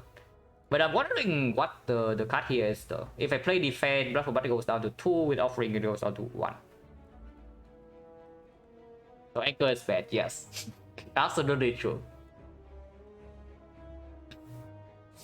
Headbutt here gets the bash back, but I don't even know whether that's good or not. It's probably bad. Right now I'm taking 24, yeah? 24 is basically 0. Because we heal 37. We already heal 9 at the end of every fight. With feet we heal 13. And we heal 37 when we step into the boss. So as long as we don't die, we have full HP. Which probably tells me I should just play the Sword Boom, right?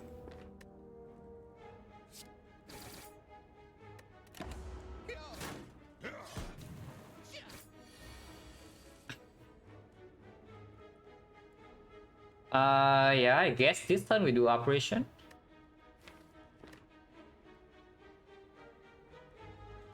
So can headbutt into... I definitely do not want to be entangled. So we take another 3 damage. But and we're still not weakened. We are vulnerable, but there's impervious in here to block 1 turn. This thing is already dead. We draw feed 5, this thing is also dead, and we have 3 apparition. So we are still fine.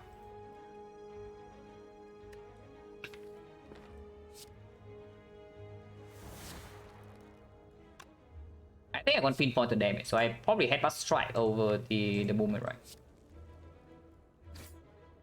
It just guarantees the kill on this next one.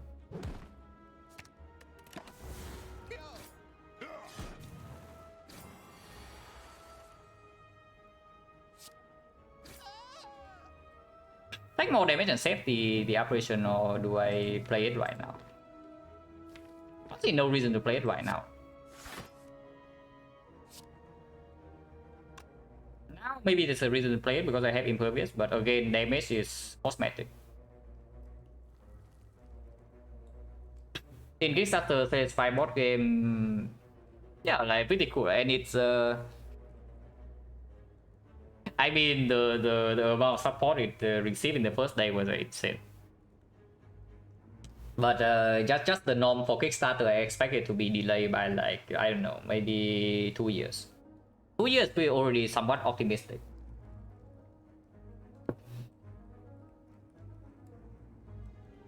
But yeah, really cool. Yeah, still not weakened, so it's actually the best time to use it, unless you tell me to wait for this.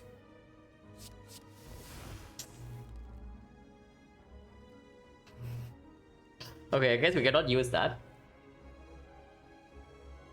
Or can we? Because we can also feed fire, kill this immediately, you know. Kill this one immediately. But then we get rid of 2 turns of full block and the shockwave. We can also feed fire the Taskmaster, but then we take 6 immediately with no guarantee full block and we are still vulnerable. That seems quite bad. There's still a headbutt in here and the offering and the apparition, so we can... Yeah, we can do... Okay. Let's kill this.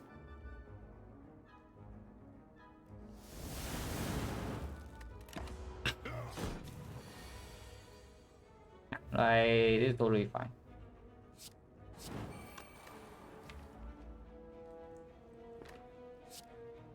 Again, damage is purely cosmetic, but here I guess we can do operation into offering.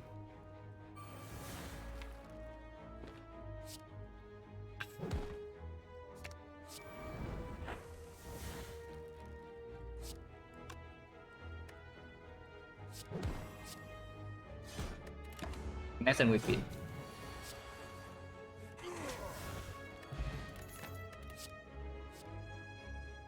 I mean, I don't know, is that even good? It's probably still good, right? Yeah, probably still good. It's a little bit good in the sense that we... So if we have Funeral Pit in play, we cannot intentionally take damage with operations. Like we play operation as freaking full block. It can get a little bit weird if we rely on the Blood for Blood being 0. But I mean, we can also not play the Funeral Pit, right? So... can't be that bad. Like, if we take away the Blood for Blood, there's no way you can tell me Funeral Pit is bad in this deck. We can also just delay the Funeral Pit and not play it. How bad is that? And yeah, any Bloodletting, any Offering Plus that we also see after this act, or like Brutality, or I guess Brutality sucks with the Pyramid. But yeah, any Bloodletting, maybe Hemokinesis, Second Offering, oh, it's fine. And yeah, there's also a Juggernaut with Funeral Pit, but probably not. Now that we have Blood for Blood and Sunburn Rank, we probably don't take the Juggernaut. Blessing in the Forge, pretty worthless compared to the other potions, so probably not. So I want to upgrade Blood for Blood, and if we scale Automaton, we should also upgrade Boomerang over the feet. Yeah, feet upgrade is like 1 max HP, maybe 2 here. And then in Act 3 we take, let's say, 9 fights, which is above average. Plus the 2 bosses. So 11, 12, basically a mango. At the end of the run. Which is honestly not even that impactful, I just don't want to die here. There is still a chance to die to Automaton because we do have a pretty bad matchup against this fight. But with Blood for Blood, maybe it's not so bad. So yeah, I just want to upgrade my damage.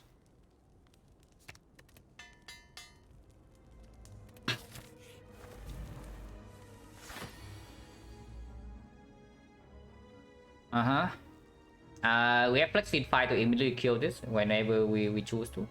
Next turn. Not this turn, but next turn.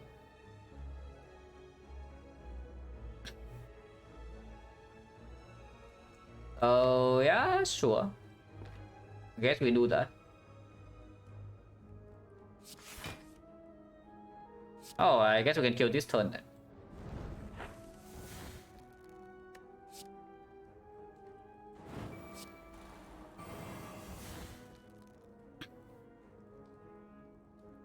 Don't need to feel no pain here.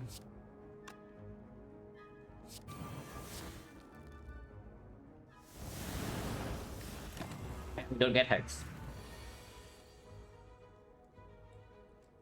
Once again, any damage taken here is cosmetic. We feed and we have full HP.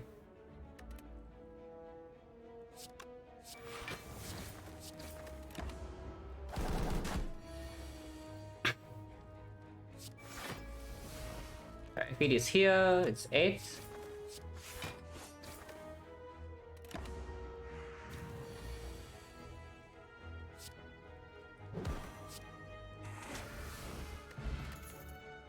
But Impact Plus, now I can see picking it. With the Blood for Blood in our deck, maybe exhausting these things now is like better. And we have survived the shorter fight of Act 2. But now I can see picking this. Also, we have the fish now, so we are morally obligated to pick every card in any card reverse screen. We cannot skip anymore, guys. It's now impossible to skip. But yeah, here we upgrade the boomerang. Over feet of Funeral Pit. There is an argument to upgrade like Impervious instead.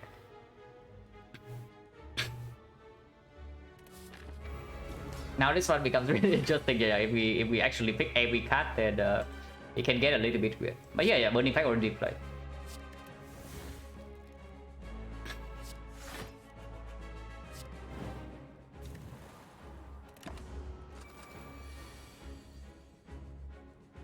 Thank you very much for the red waiver. Appreciate a lot. And I hope that your stream went well. Yeah, back-to-back reds, so pretty cool. What are we... What is this guy stealing? Like corruption and then what? Yeah, I guess not only corruption. 2 out of these 5. Okay, ideally we block this turn. We barely block not enough this turn, but we block enough that basically we don't play the operation, but we take some damage. Is what I mean. So Fear No Pain in here, yeah. The thing about Fear No Pain is that it gets more difficult to take a little bit of chip later. But I guess 12 times 2 we can also block normally and take a little bit of chip, no problem. But thank you for doing well. Yeah, I'm doing very nice. Thank you.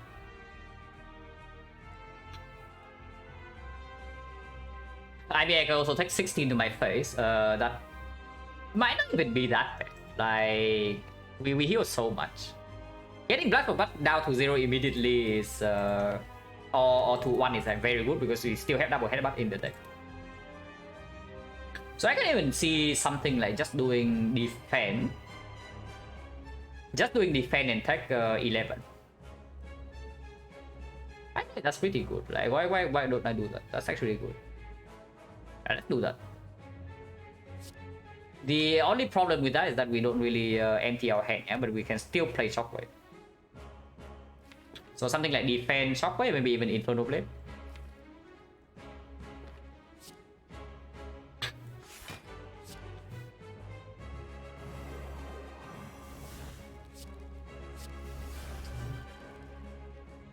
Okay, this Inferno Blade really is not doing itself a favor, you know. I can tell you that much. This Inferno Blade from start to finish of this run has only given me, like, in deck 1 it gave me 2 angers and nothing else. And act 2 is only been Fiend Fire and Silver Soul. Like, are you kidding me? Okay, we have one clip. We have one clip from the thing in the Lagavulin fight. But really, this thing is really not making a good case for itself here. I do want to draw into my actual damage cards, and I don't really care about the Warcry to defeat here. So probably can do actually even Dredge first, and then maybe even Warcry, and then save Battle Trance and just play it. I also don't care about like preserving the Dredge in my hand. I want to draw maximum cards.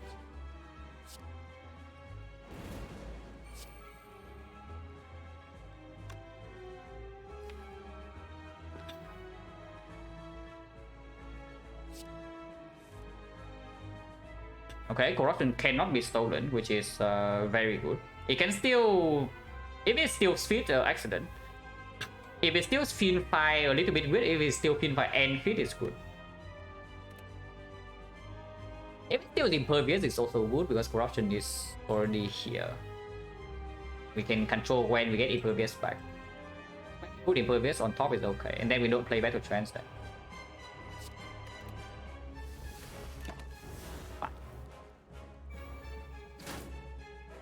Okay, Fiend Fire Impervious. So yeah, Blood for Blood is now 1 cost. Corruption definitely gets played. Taking another 12. If we play Shrug, we have perfect. Yeah, if we play Shrug, it's actually perfect. Yeah. Take 1 damage, and Blood for Blood goes to 0, and then we have the thing. I think I want Shrug plus in my deck still though. And spending 1 energy on these things not that important. We have already played in play. There's nothing in here that costs 1 that I would actually care about playing. So Shrug into Corruption, not the other way around. Or I can do Shrug into Bash to strip Artifact instead. Maybe that's better.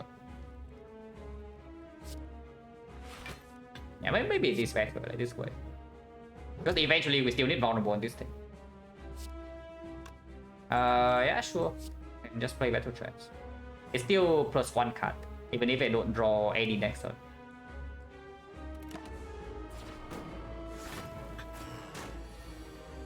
So now the thing is already 0 cost, so we can full block every turn. Now corruption comes down.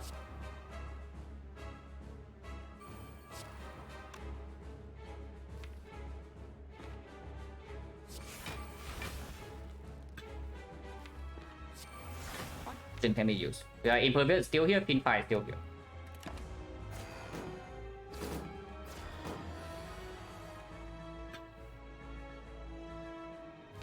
Not drawn to bluff or any headbutt, so we will need to burn a few cards here, which is unfortunate, but I need hand space. So we do play double defense, maybe short boomerang plus 1 attack and then offering.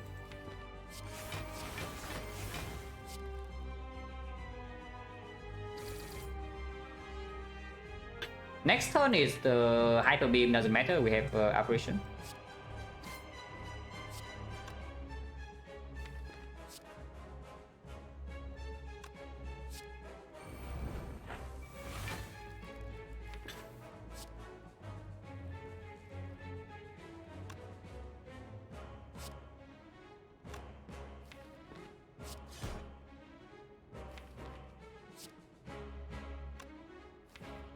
I think I want to actually get back the bash over the blood for blood.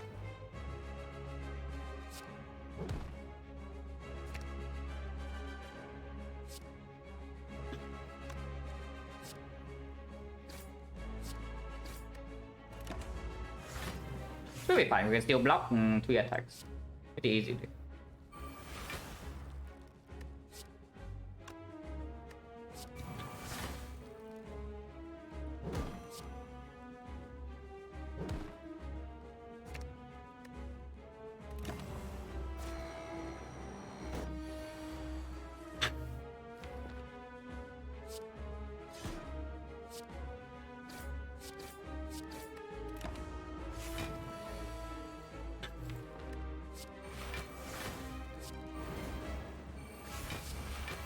Yeah, we don't even need to use our 2 big block cards yet.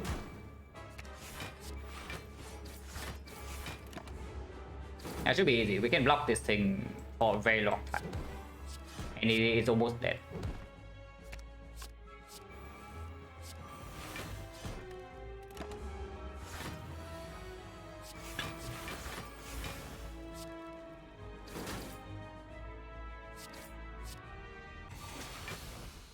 Yeah, block is really good.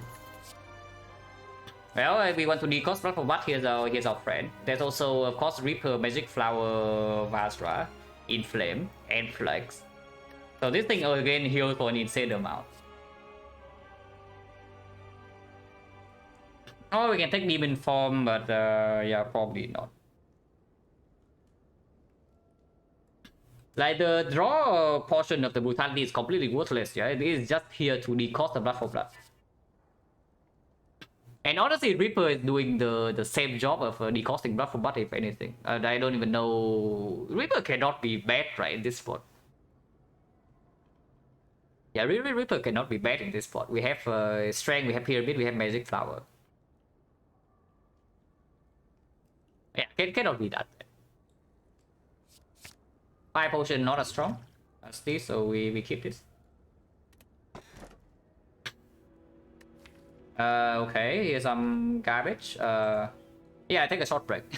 We're back in like 3 minutes, and then we talk about this crap, but it's probably Joker.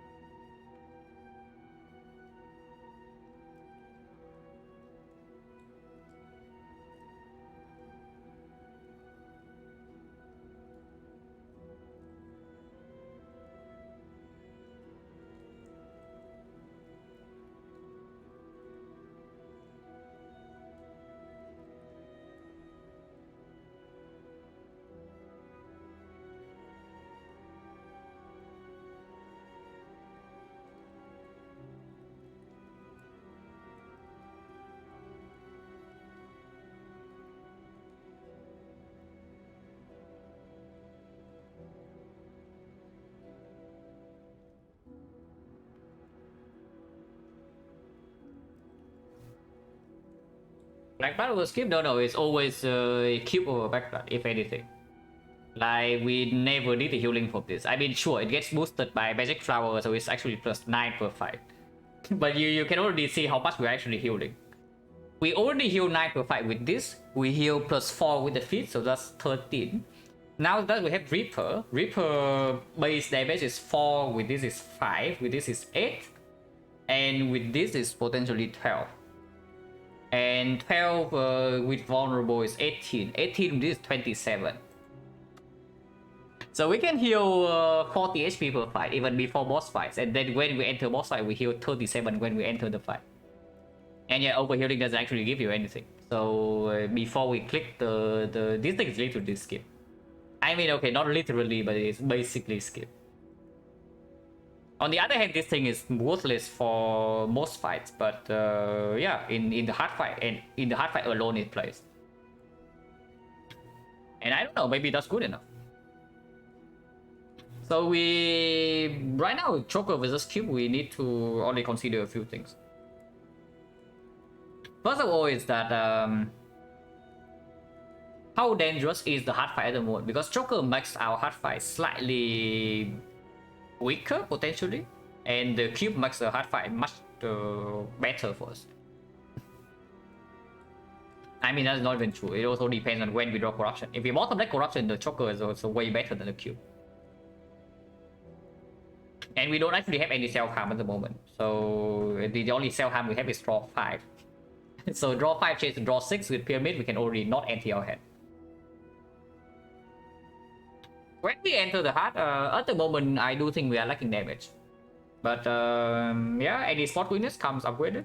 We take spot weakness with the Reaper. We also are going to have maybe 80 max HP with the feet and 3 apparitions. And of course we have yeah, an entire act.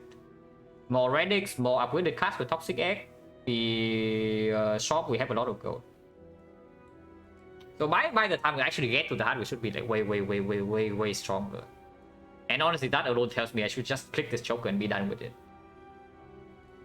Unless the Choker actually is harmful, but not really, right?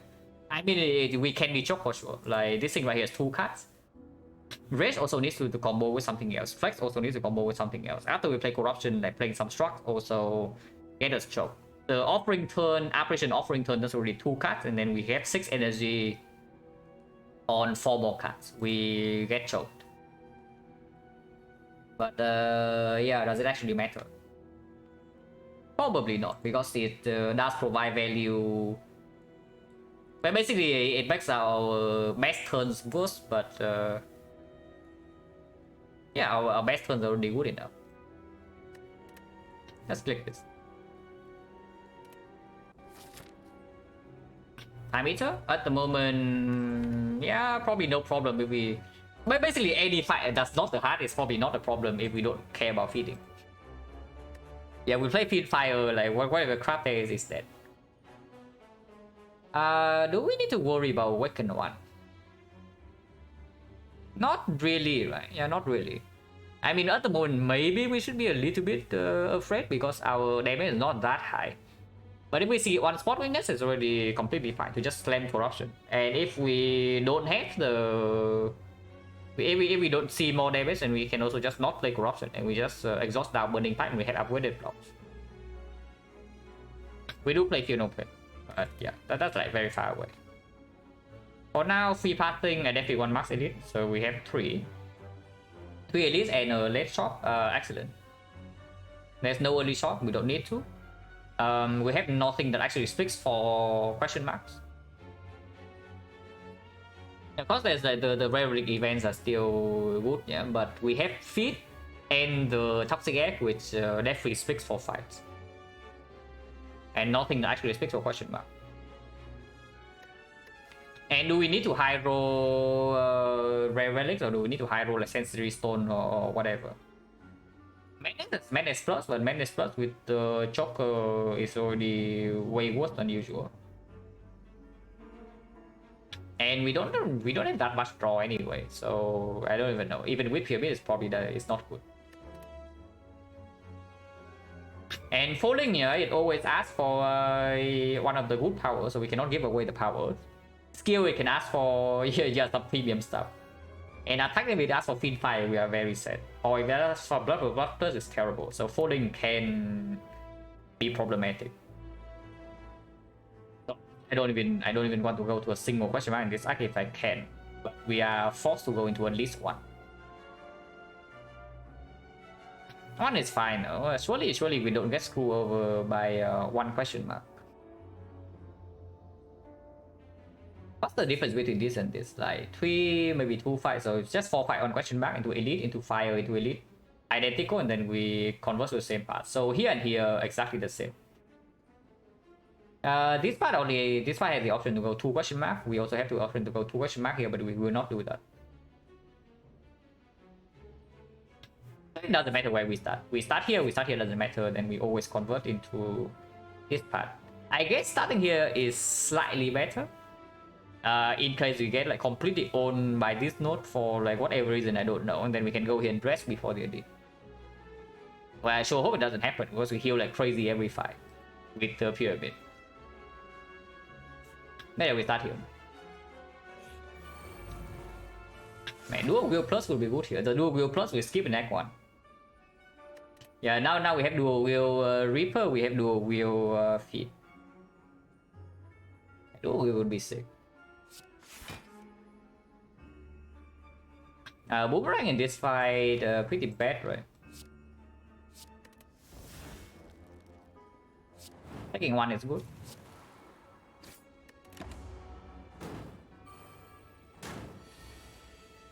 Also, yeah, playing with this much sustain, we can just throw away like, a lot of HP. It's just like liberating, you know. Oh. Yeah, I already got choked. Okay, I have to admit I already forgot about the choker. One flaw after picking it up, but yeah, okay, need to think about that. That would be pretty bad if I actually calculate like a line like that in a later fight. For now, it's okay.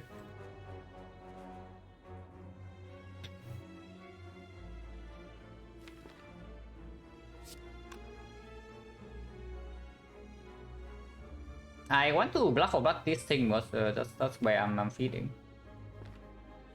Sure, spend 1 efficient here is fine.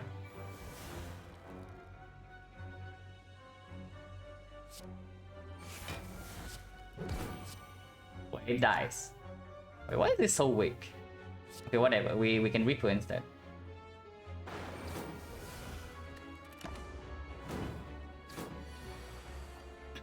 Yeah, it's fine, it's fine.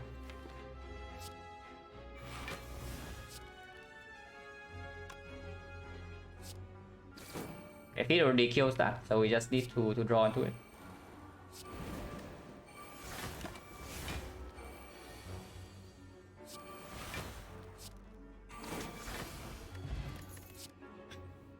Stack Embrace minus.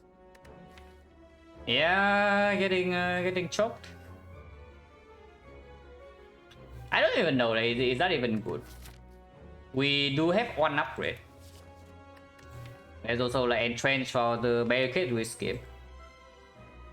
We actually skip some very strong stuff in this run. Like we skip Diamond Brave Plus in Act 2, and then we also skip a freaking barricade. And now both of those would be quite nice.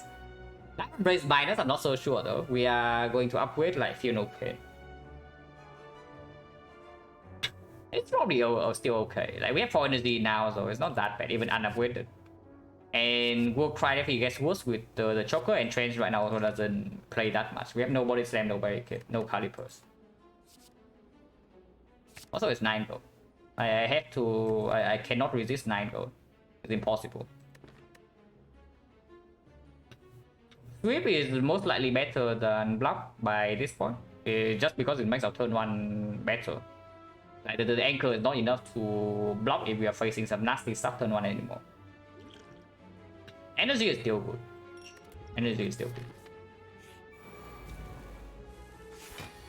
This fight is annoying to feed. How are we killing this fight? I guess we just do some blood for blood and we chip down all 3 at the same time.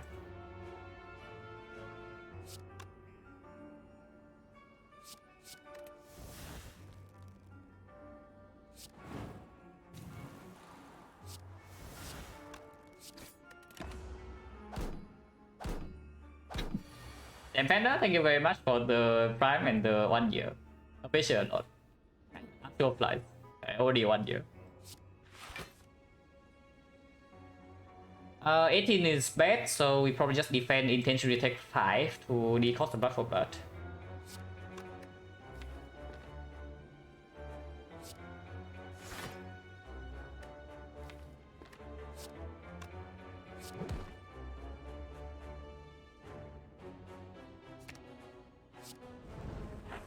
Yeah, getting choked every fight here, but whatever.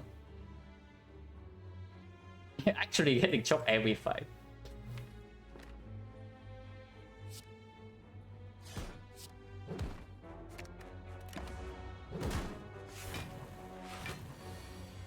But yeah, doesn't matter. Yeah, any damage taken right here is still cosmetic.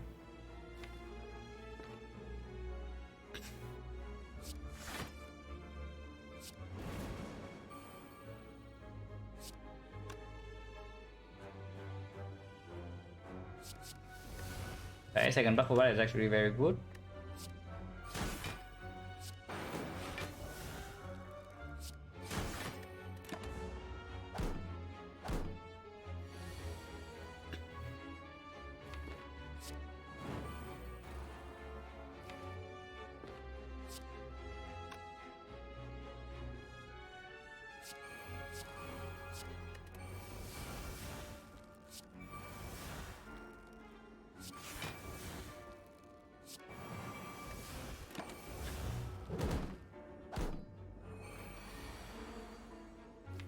Blood for blood is already, I guess it's not 0 yet, but also doesn't matter too much. Okay, interesting softball rank placement.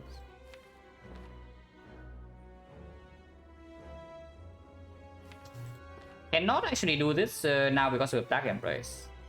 Okay, I did not think about that, but we can no longer do War Cry and then feed fire and then feed. So that's pretty annoying.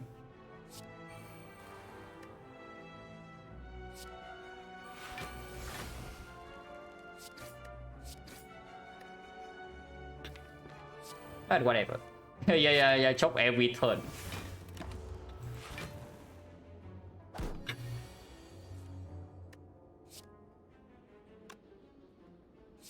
This doesn't die, right? 7 goes to 10, so yeah, 4 hits will not kill 2 of them, and we can feed the other one.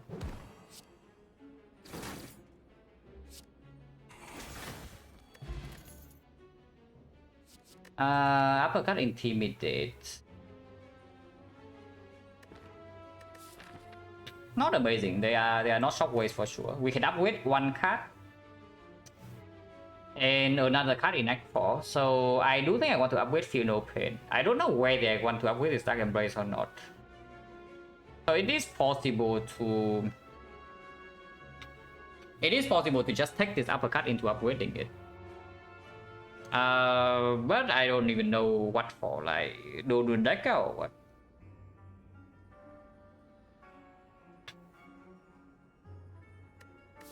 Because even if we can deploy debuffs, it's not easy. It's not that easy. And it makes the first turn like it's not that bad, but also costs a freaking upgrade. And if we see a shockwave after this, we are like extremely sad that we pick this thing up. I don't like it. And yeah, question mark first, question mark second order probably doesn't matter at all. So technically speaking, this here is better. In case we get Dragon, then we see My Bloom and then we heal 37 or what. But on the other hand, if we see Sensory Stone, then we lose -10 and then we heal back here. Yeah, whatever, I don't want to think too hard. Like, question mark first is fine. Okay, transform. Transform is actually very good. We get rid of a useless try and then we have Toxic Egg.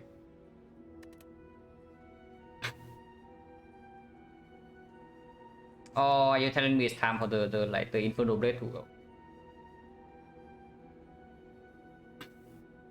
Because Infernal Blade is pretty... I mean, it's still exhaust. It's 2 cards play, but we don't need to play the second one. It's just a little bit annoying to get out of the hand. But now that we have 4 Now that we have 4 energy, making hand spray is not a real problem anymore. That's probably fine to just transform the strike. Oh, you want the Juggernaut? Here it is. That is probably not our upgrade, by the way, yeah? But it's better than the strike. Probably. I mean, I hope so. It deals a lot of damage. It does deal a lot of damage. But yeah, we continue this way and we don't go to a single question mark from here. Let's not get cursed. Not getting cursed is would be pretty good.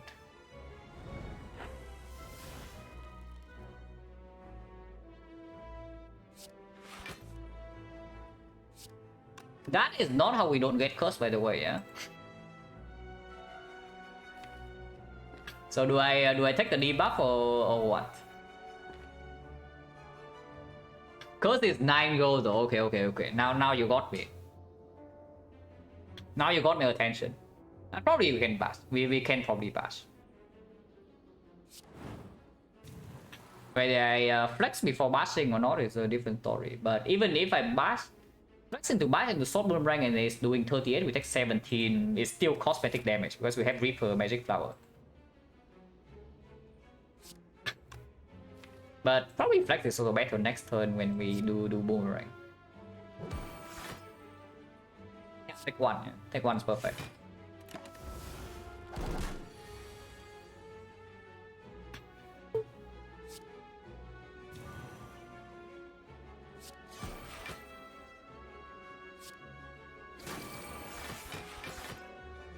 Okay, good thing though that we can still reroll this. So he doesn't get us. But it's worth trying. That thing definitely tried, guys.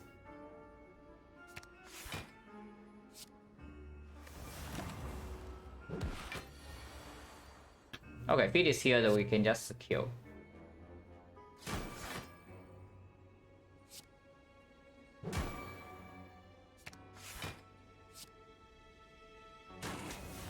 Full heal.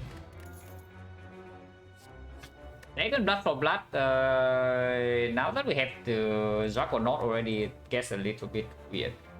And there's also a Flame Barrier Plus. That yeah, it's 96 damage against the heart. Even if we play Corruption immediately. And again, the second buff one also requires the upgrade. Which right now I don't even know, because if we really want more damage, we can also just upgrade the Juggernaut. We just take this Flame Barrier Plus.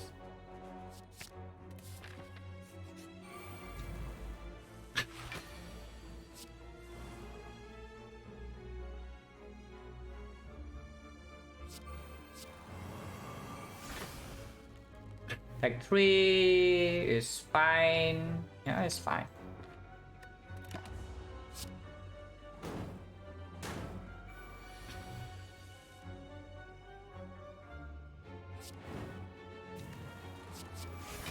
Oh yeah, thanks.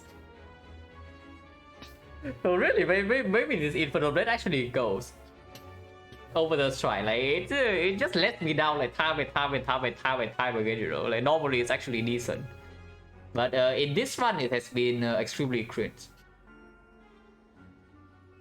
It's freaking Infernal Blade. Okay, whatever. It probably doesn't matter that much.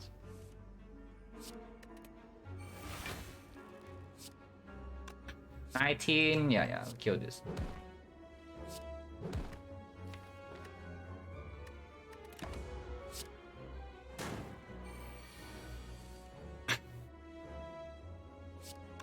I don't think I actually want to play Juggernaut because it can accidentally kill these when I don't want to.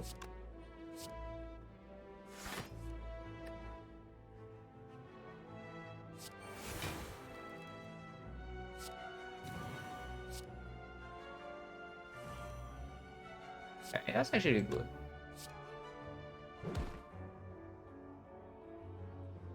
Now I can kill the Spiker with Juggernaut.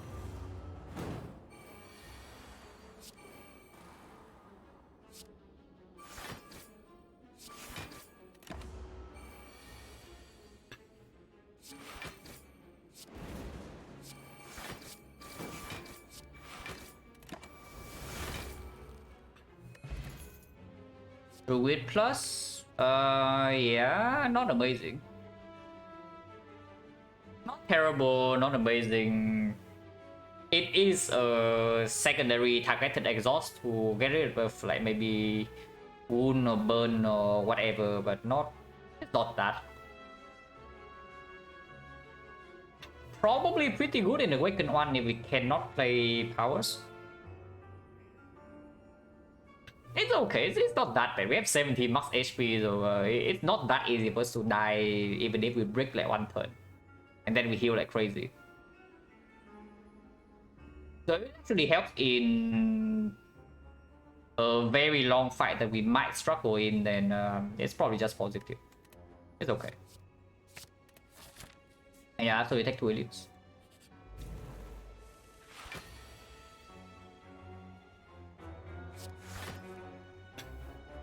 Like 3 is good.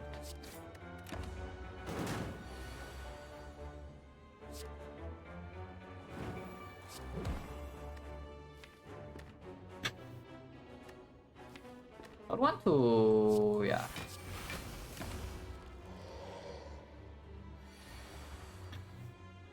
Again, take 3 is good. Or we can take 5 instead, doesn't really matter. Do it like this or actually take 2?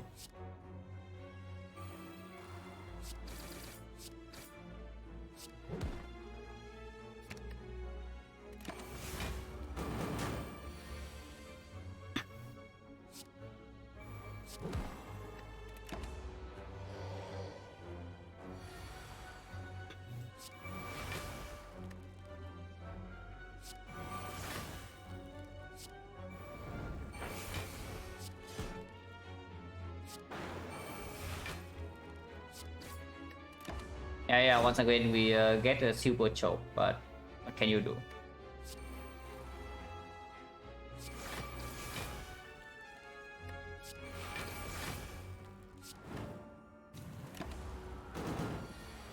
Need to be careful not to accidentally kill this with Juggernaut though.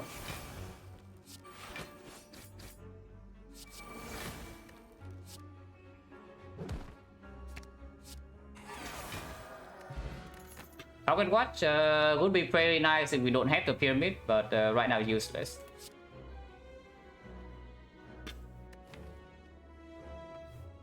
After Juggernaut, no way we need this demon form, right? It's like a backup plan to maybe let the boomerang scale and then maybe let the Reaper rolls up. But now we already have a way to deal damage to the heart. And if it's not the heart, honestly we don't care about damage output. We can just play the fight very long. Unless you tell me Spear and Shield is a problem. But Spear and Shield, we have the Fiend Fire. In that fight, we no longer care about Fiend. So we just Fiend Fire one shot one of them. And then the other one we kill with like some apparitions. And yeah, this is not even good in Spear and Shield. It's way too slow for that. Once again, Entrench Plus doesn't actually do anything. So we skip. Skill Potion slightly worse than usual with the Choker. And these potions are still fairly good. With the Juggernaut now, the Energy Potion once again gets better. I probably keep them as is. Can recall first in case we see something else we want to upgrade. I don't know what that would be, but I don't know, maybe there's something. Maybe a barricade. Now I would actually take a barricade. Or we see a Peace Pipe, maybe Peace Pipe Guerrilla Shortbow. Yeah, it's possible.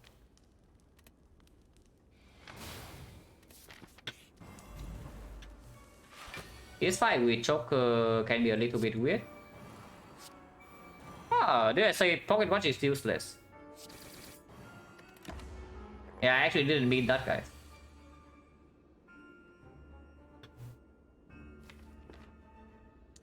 So Fear of Pain is already played, yeah, which means it's not easy to take damage from here to the cost of blood for blood. We do need to be careful. Our damage is a little bit weird in this fight, to say the least. But good news, we can face like a lot of damage, so I can just do defend in here and take 5.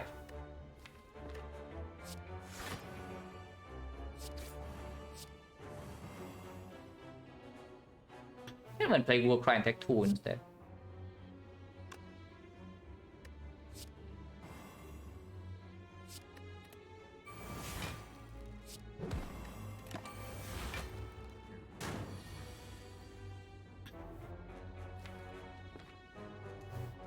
So once again, I want to take a little bit, take this hit, so that with offering Bluff Butt becomes 0.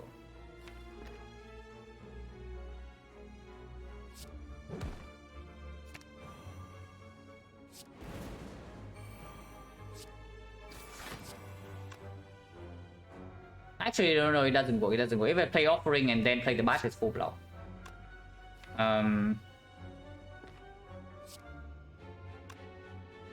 So maybe I should just do this.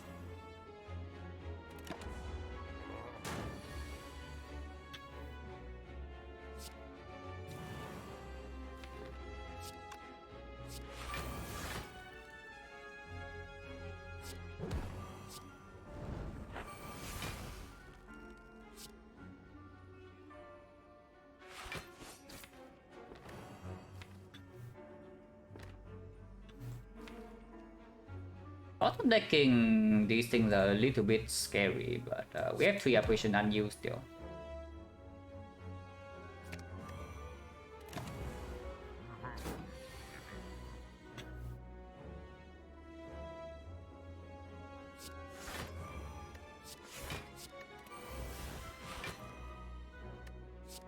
And yeah, we do have a finisher here already.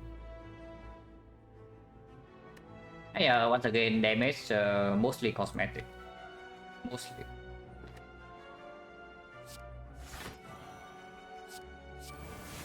Yeah, wild strike, thank you. No play it though.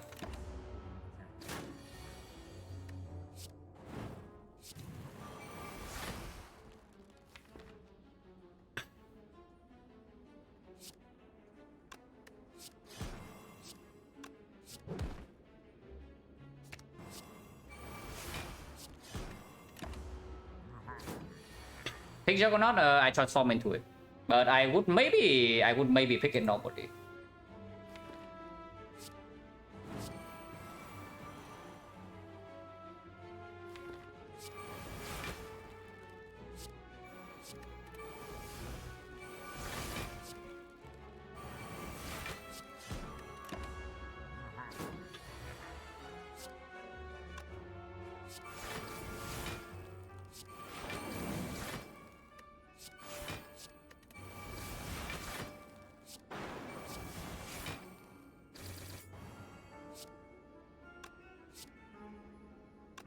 Barrier 6.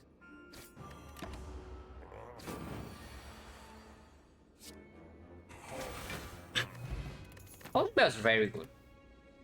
Yeah, it's green. I mean, we probably don't say no to that. There's also a green pummel, but yeah, this green is stronger than this green. And it's fine. Not amazing with Joker, but it's fine. We cannot feed this thing, so slightly sad, but once again, it's okay.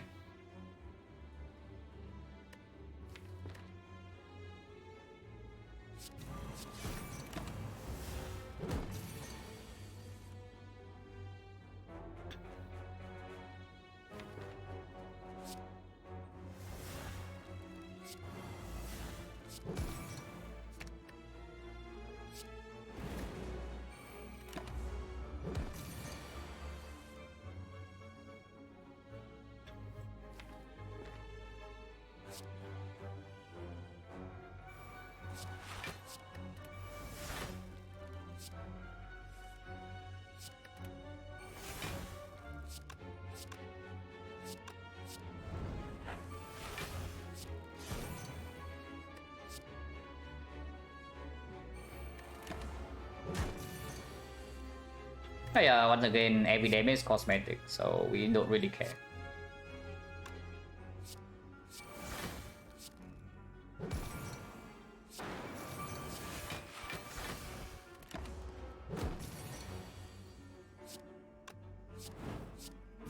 So in a Spin Fire or like Impervious or like whatever, can do everything, anything really.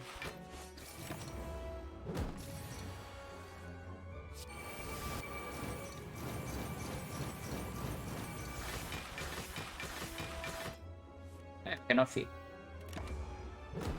Without a choker, maybe we could have had a way to feed, but with the choker, it was not possible. This we don't take. I don't need the third headbutt. I don't need a second true wit for anything, and mostly I'm yeah, pretty garbage. Hello DJ, thank you for the good luck. Oh yeah, here right? Shop later, and I don't want any question mark.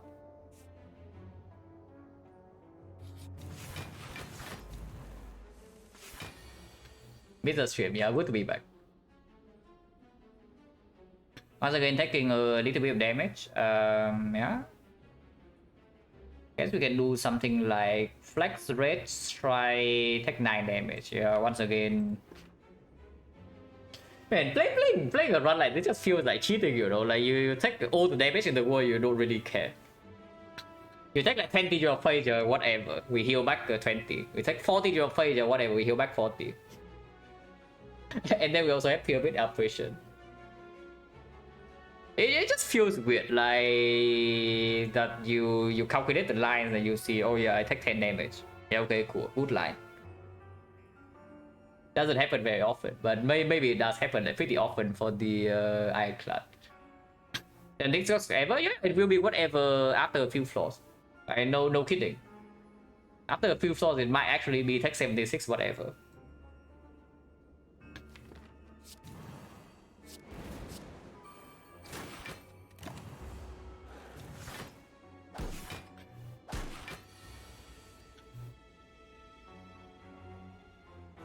So operation here and do nothing else or what? That's fine. Yeah, let's try again. Yes, exactly what I want.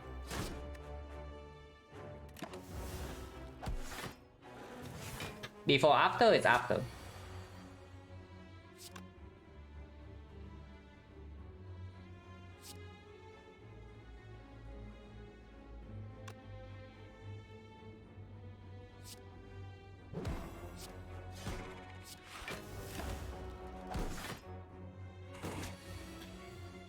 Now, I would say though, our deck is actually fairly slow before corruption is in place, so I do not feel like completely safe right for yet.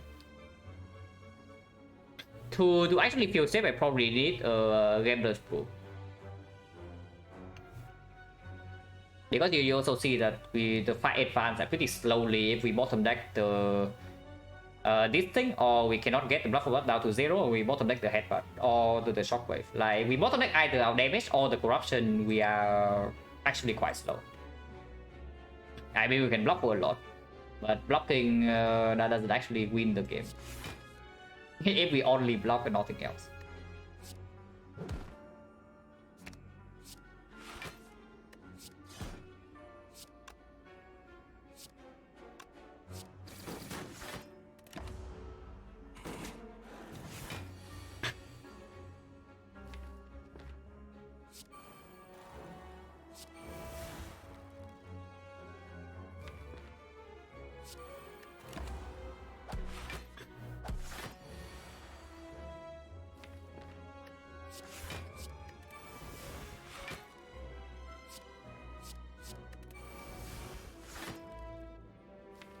So bottom deck King Feet and the thing, yeah.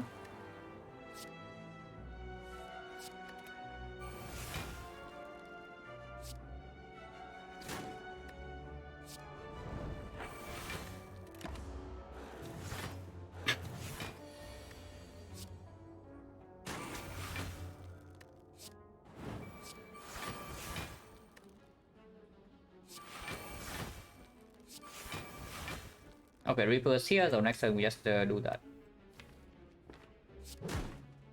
Don't need to do that, but we can do it.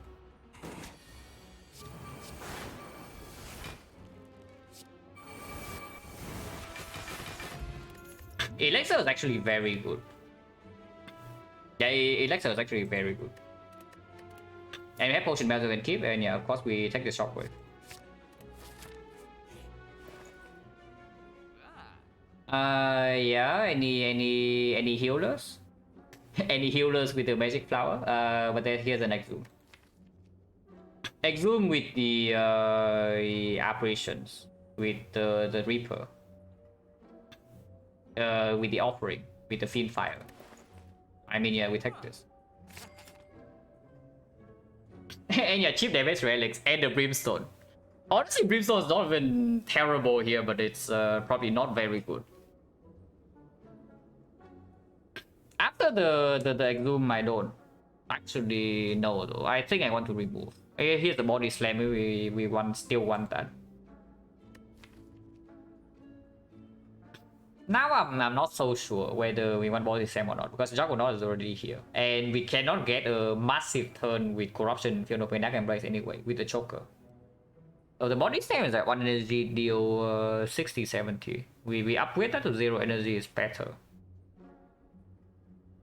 Regen interact with flower, yes. Both the blood potion and the regen potion interact with the magic flower. It's very strong. But it's strong in the way that we don't need. So we probably do not spend gold on potions. But I am very down to remove a card here. And now honestly I think maybe even Inferno Blade can go. Maybe it can stay still though, because at least it draws 1 card with the Dark Embrace. So maybe still remove Strike. Centennial Puzzle actually quite bad. Like you don't get to say that very often, but in our sport I don't think Centennial Puzzle is actually doing much. Because turn 1 we can already do the thing with the Pocket Watch. If we want a full hand turn 2, we can already do it with Pocket Watch. And after we fill our hand, it doesn't actually do anything. Puzzle. The play is very expensive. It's unfortunately it doesn't work with the Juggernaut the good way. It's very nice with the operation, but we also don't have barricade or anything or the caliber, so take advantage of it. And it costs 273. So I don't think so. Maybe it's just remove in this shop, remove next shop, and then I buy whatever is in the next shop, like with the potions and the relics. Because these are good relics, but not for our case. Yeah, probably just remove a strike and then move on. And we have quite a lot of gold to spend. Maybe you can tell me to take the blood potion, because probably can get rid of the energy pot, maybe. I can probably take brimstone. I have 4 operations, 2 impervious to block, and we have enough HP. So brimstone is takeable here. It's probably just not good. Discovery, no. With choker and with the deck like this, I don't really want discovery. Triple five, yeah, sure. There's like 1 of them, maybe 2. With a awakened one.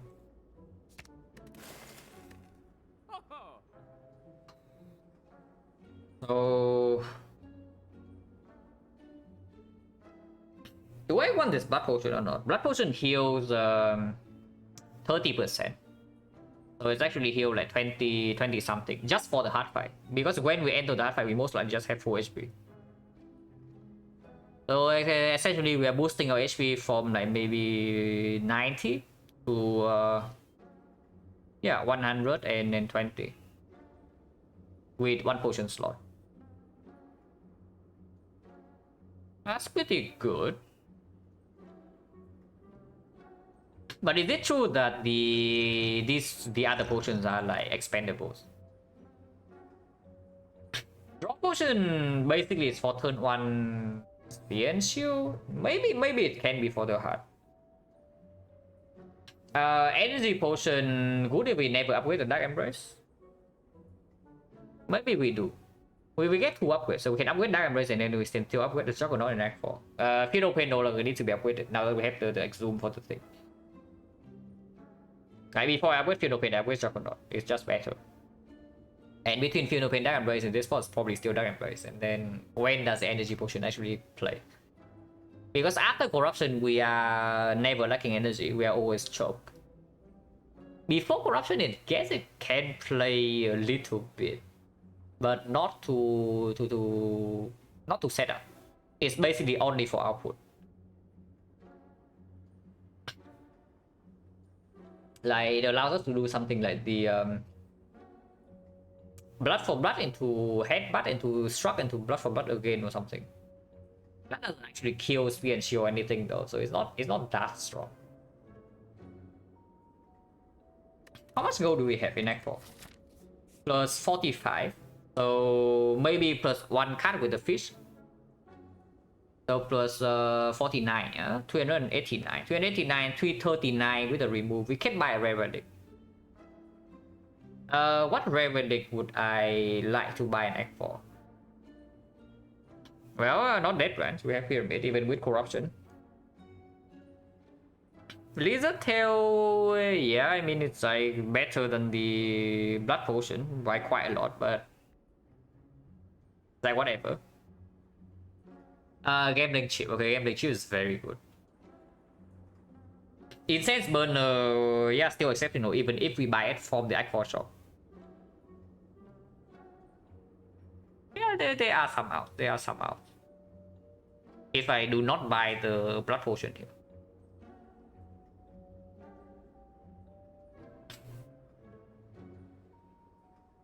Honestly, even something like Tori is probably also just better than Blood Potion. I mean, of course, it should be better. It's freaking cost 300 gold. But yeah, more options. We can also just buy an uncommon relic and a potion deck for example. If we do not take this. If we take this, we can no longer do that.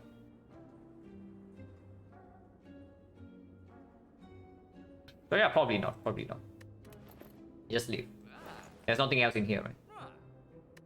I mean, this is also very good, but it's extremely expensive. So probably not. Honestly, I might even buy Mortal Tornado. Yeah, if I see... Can I even see Mortal Tornado in Act 4? Because if I can see it in the shop, maybe I even buy that. To Mortal make freaking corruption. Not worth it.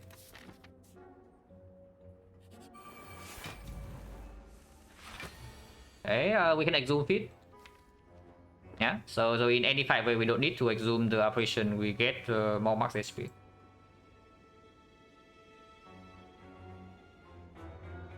Now, can I intentionally take damage here? 15? Yes, I can. So let's do that. Need to be a bit careful with the Juggernaut. Elite Relic is... Oh god, yeah, sure.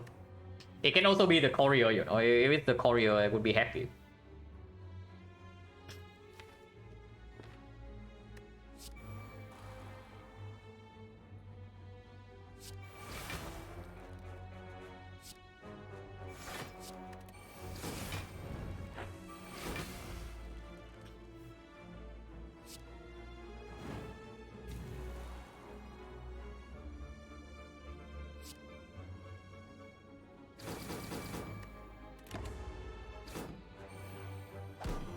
Intentionally take damage and blood for blood. We'll be doing that like quite a lot.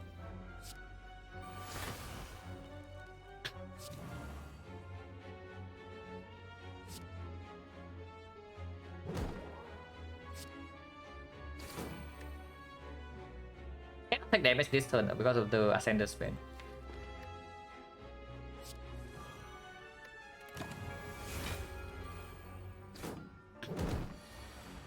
Okay, feed is here.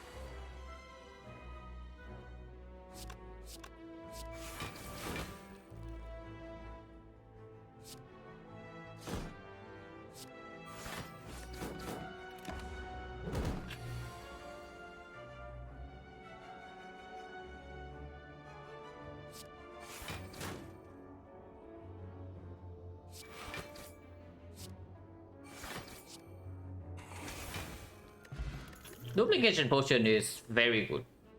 Yeah, even with the choker, we can just do dupe juggernaut and down damage completely solved. We dupe operation and we never die.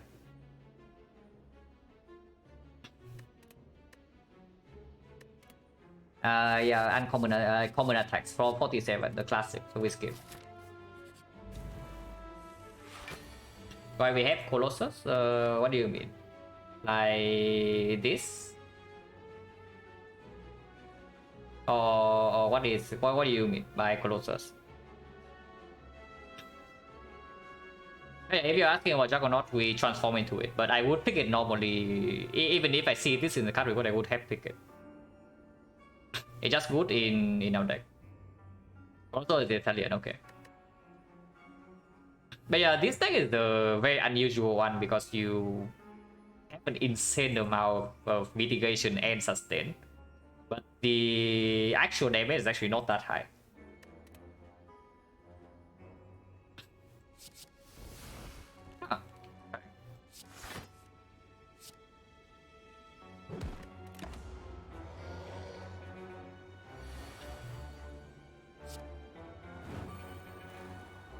Oh, again, we want to take some damage, yeah.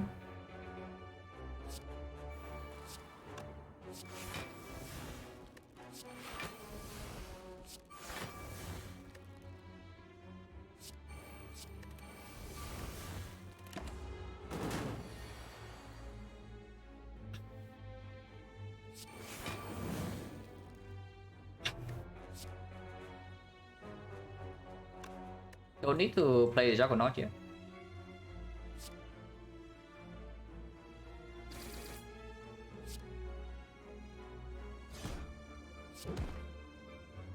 Plenty, perfect.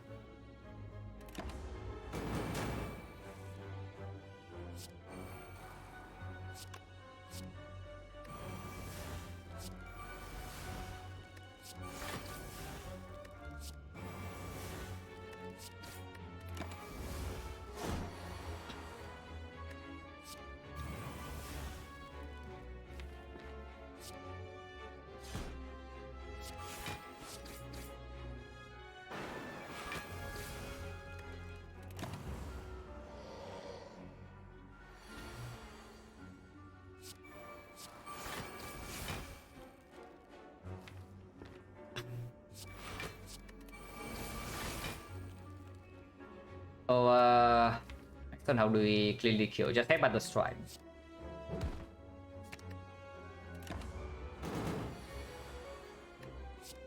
Pyramid in general in this fight is very nice.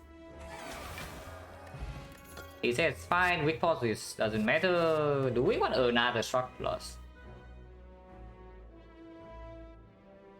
Honestly, I don't think so. I think we already have enough block for the hard fight, and adding more struck in this deck just make us weaker before we get into the corruption. More struck? Without a choker, they are sure. With the choker, I'm not so sure. If we don't need the block from the struck, we should not pick it. And I really don't think we need the block from the struck.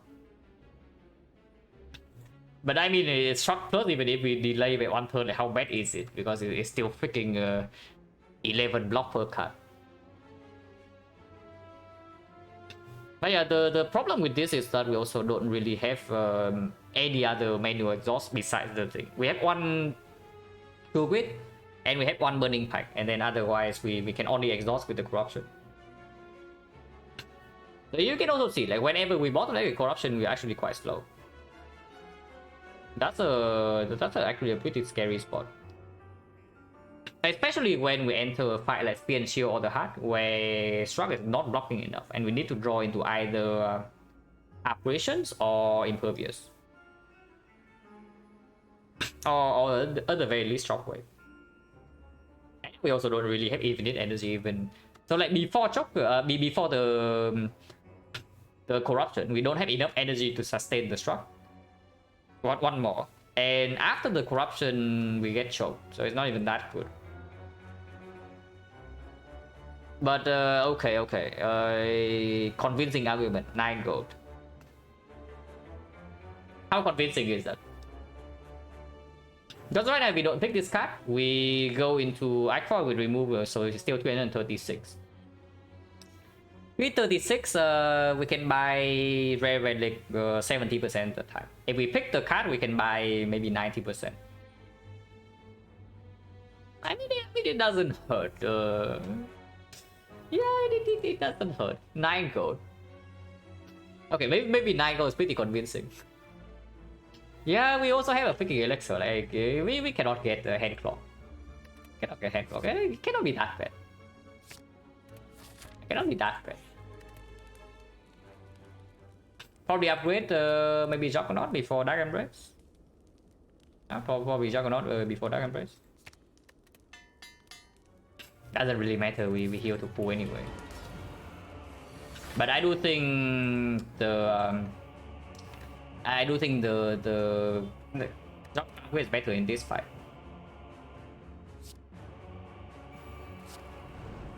We don't have strength reset, yeah, and we don't have the disarm, so we want to delay operations for as long as possible. Yeah, very cool. We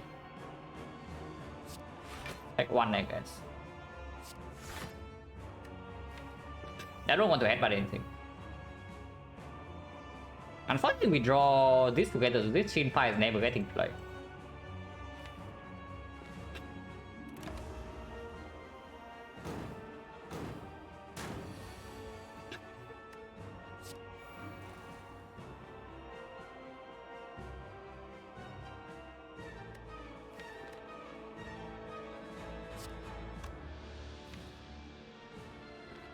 Probably okay.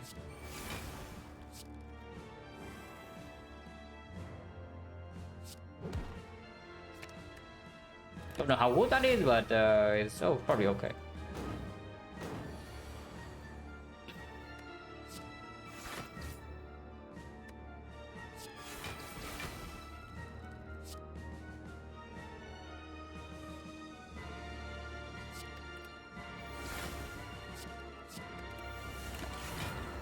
Okay, corruption is here, so we can finally play the fight. And yes, we play corruption immediately.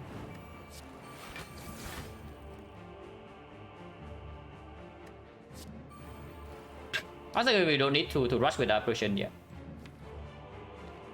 Taking this damage is irrelevant. We heal 37, heal 46.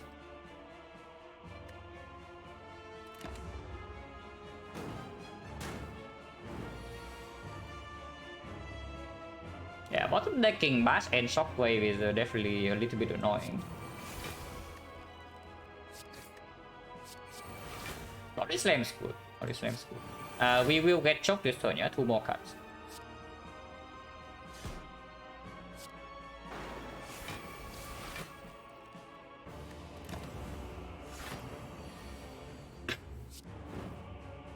Three cards in here, so this turn is probably operation turn.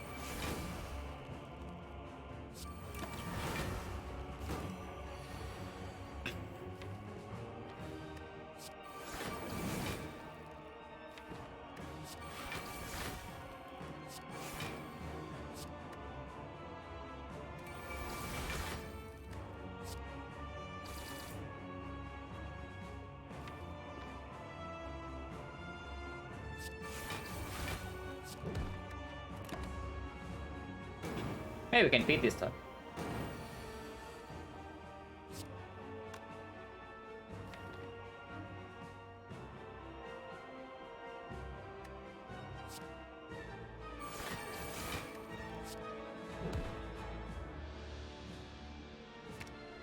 Yeah, we can.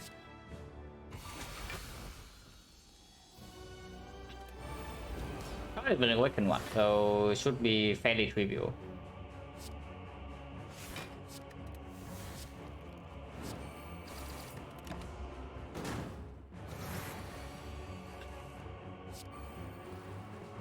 Yeah, structs. Ideally we want to double feed here. Should not be that difficult.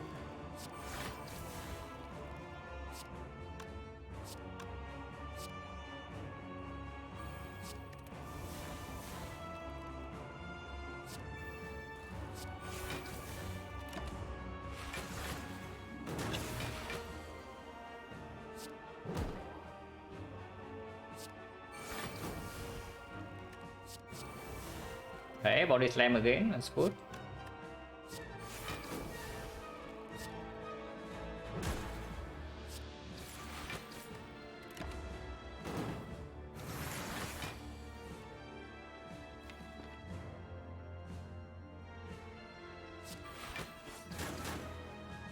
Actually, body slam, yeah, if it's actually body slam, is good.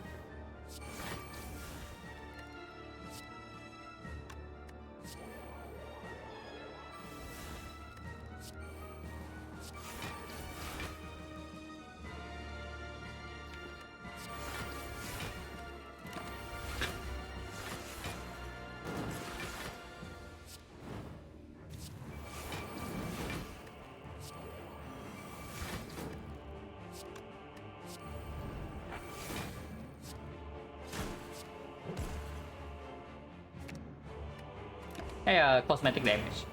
We still have Reaper.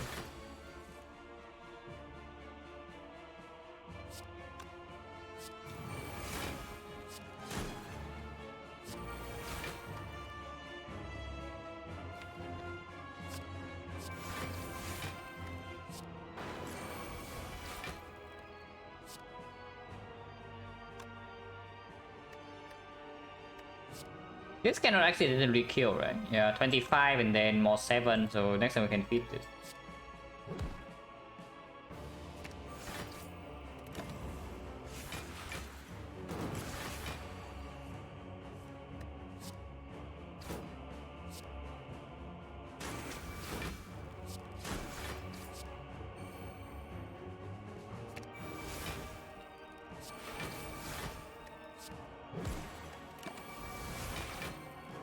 Need to be careful not to let the dice accidentally kill, but should not be too difficult to control.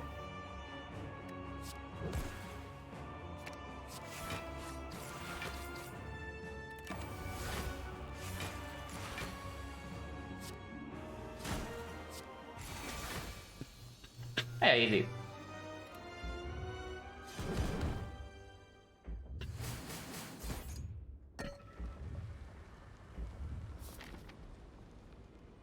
Unless something goes very wrong, this X4 should not be that difficult, but we'll see. But yeah, Diamond Race over Funeral Pain. Yeah? If we have a real body slam, maybe I do Funeral Pain over Diamond Race. But we don't have a second win or anything like that. It's only Fiend Fire and we have Choker, so this upgrade is not even that strong for the body slam, if we have one.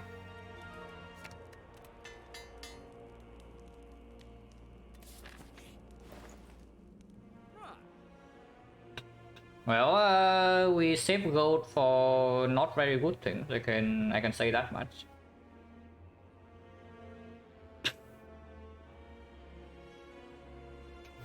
Well, these are certainly some garbage. Like honestly, even the Helix, like we don't have this app, yeah. So the best, the thing that the Helix is actually doing is that it doesn't let us decost of blood for blood, and that's actually quite bad. Real talk though, what about Handrill? Like Handrill in the Spear and Shield fight actually plays. This potion is also not the best. So you can see I can't remove maybe a second blood for blood, but I don't think we need it at all. And it's not even green. And then what? Like, yeah, I guess maybe Turnip. The good thing about Turnip though is that it does allow us to block first cycle of the HUD without operation. Like we get Shockwave in play and then one Impervious is already enough to full block. It's only like 50 damage. And this thing block 40. Imagine buying Turnip, guys. Like, imagine buying Turnip, but that's probably us. Unless the Terminus Spear and Shield is scarier and we should buy the Handrill, but we have Pantograph. So yeah, the end of Spear and Shield fight we heal 46. And we still have Reaper Magic Flower. Yeah, sure, probably just do remove and then take the Turnip. Doesn't happen very often, I can tell you that. But we have too much gold and nothing to spend on.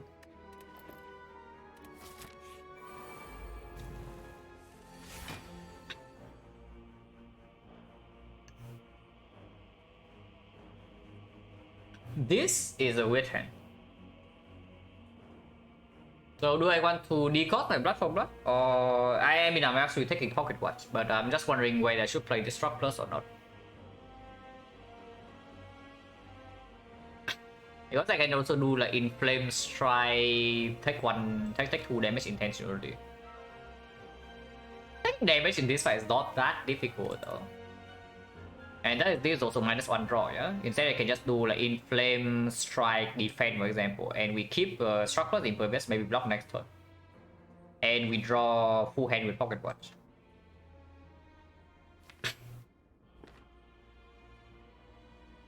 Have they ever failed to turn around? Yeah. Even then it's not so bad. But, I am willing to use a potion if necessary.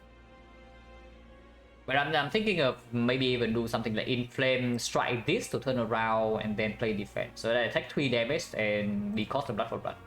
Because I do not think that we should stay in this fight for too long. And this fight also don't care about the feed into Exhume feed. I just want to get out of here. That's probably okay to do like defense into strike. Even if we cannot turn around next time, we don't die. So there's no actual problem yet. And of course we have like 3 operation end of the deck too. There's like 3.5 operation in the deck.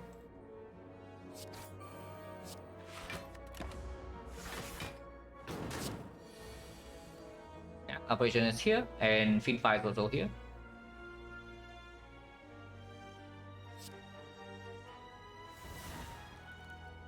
Taking this damage is completely fine, and I probably should.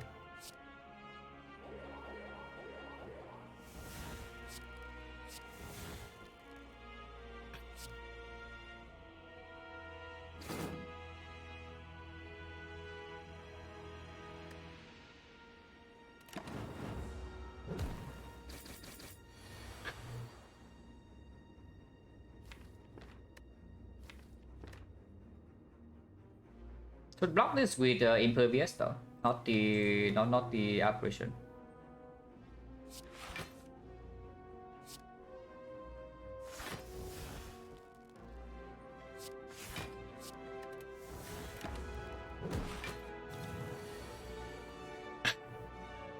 Yeah, bottom decking corruption, but these potions are for the hard melee. We still have not lost any HP.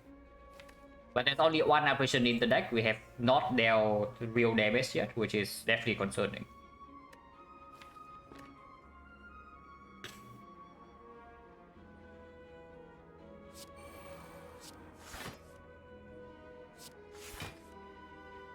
Okay, second apparition is fine.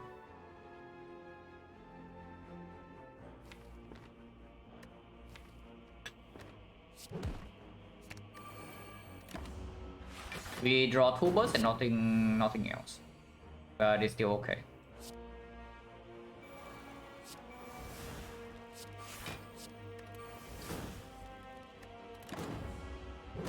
But yeah, you can also see like how slow we actually are if we bottom deck of corruption. Well, here it is, so we at least can start playing the game.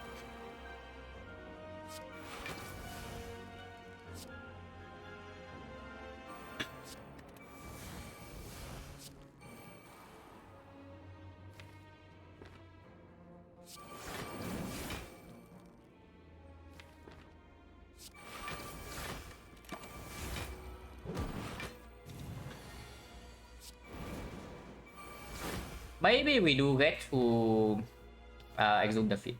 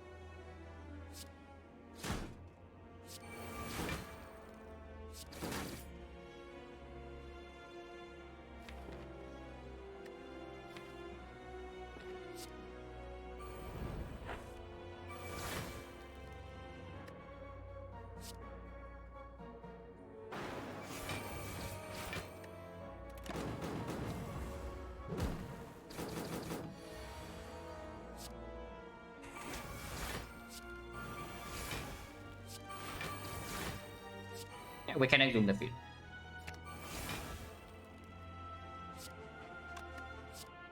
$16. Better press, very good. Not as good with the pocket gauge, but it's still good enough because it can even elixir turn 1.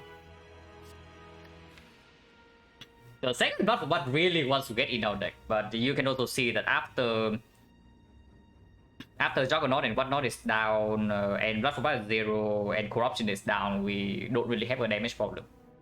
I don't think we should pick this.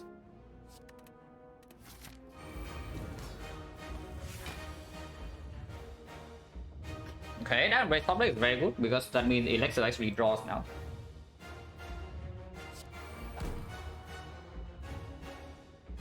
Bash into Offering, yeah, to not waste any draw. Subway first is good.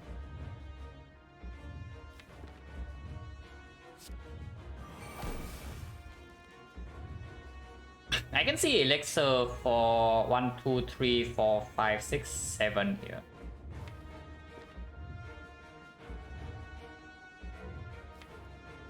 But we can also do that later.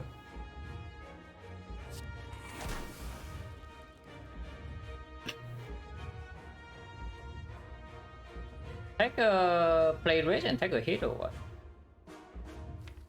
Yeah, Elixir, now that we draw Funeral Pain, we can also Elixir next turn to full block. That's fine too.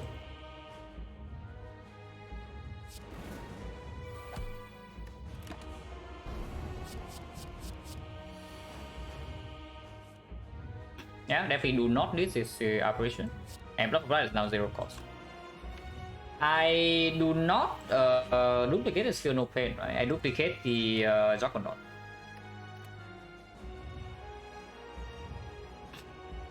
The wind skill, yeah, we also don't need to. And it's better after the Funeral Pain anyway.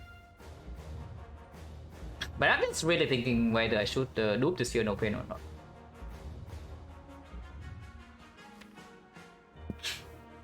Or should I dupe the Juggernaut? Dupe Funeral Pain probably wins. Yeah, dupe Funeral Pain should actually just win. Or we can be adventurous and dupe the Flame Barrier instead. Yeah, that's a pretty spicy line. I probably just dupe the Funeral Pain. And yeah, taking mid of that is good because the cost is to 0. Without but with this new Funeral Pain, it can delay apps for like so freaking long now, so it probably is completely fine.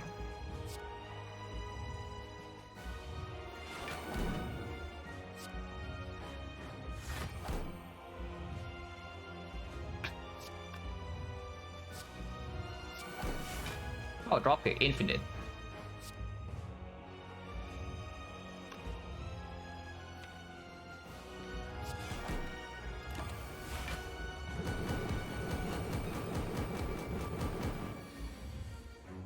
Yeah, here I can do one operation, maybe. Or we can Elixir this turn.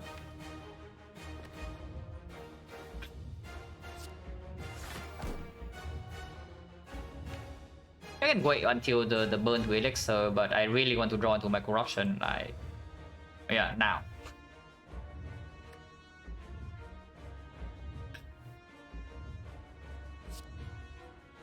I can do this though, to deal a little bit more damage.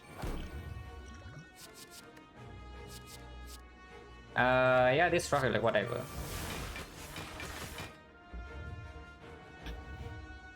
Yeah, this should comfortably win.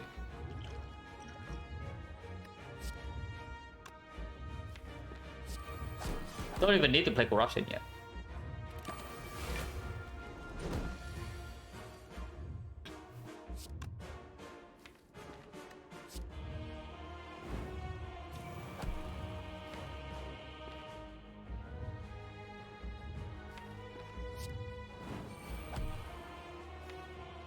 I don't know when I would use this draw potion, probably never, but I mean it's here.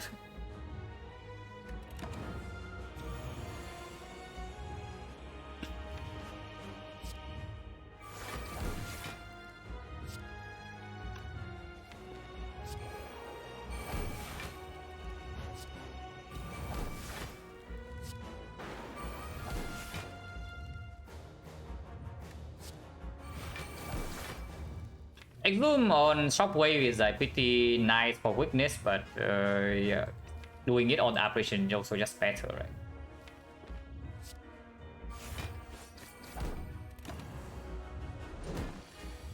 Yeah, it's only 60 anyway. 60 is easy. Done on the flame barrier probably, but we can always do that next cycle. It's nothing to do this turn with 2 more cards. I mean, I can burn effect away the pin fire, but that's not even good. But sure, like whatever, we have nothing else to do. Pin fire is very good, by the way. It full blocks 1 turn and draws a full hand, but we will never even use the operations. Like, fight is already over.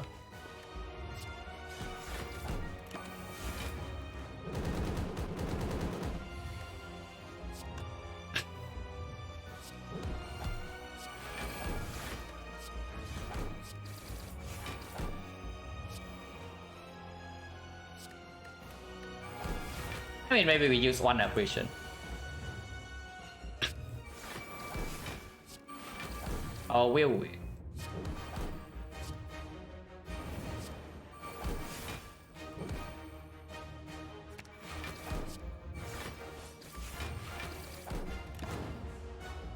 Yeah, will we actually use 1 operation? Because the way I see it, we can also do this.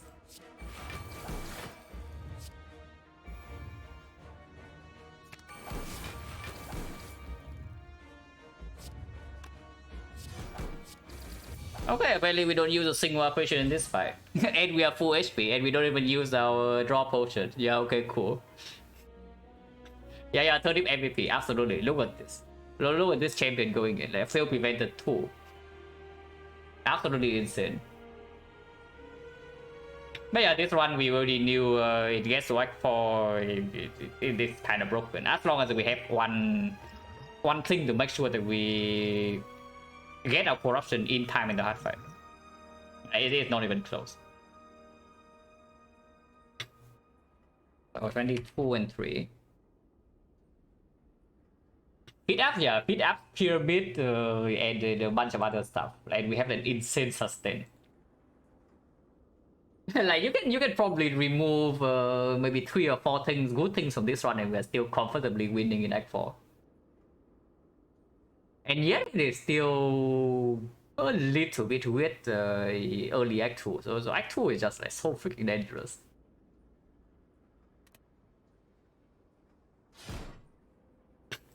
But yeah, Pit Apps, Pyramid, Toxic Act, Corruption, Field Open, Dark Embrace, like, and even Potion Bell to make sure we have Potion Act 4.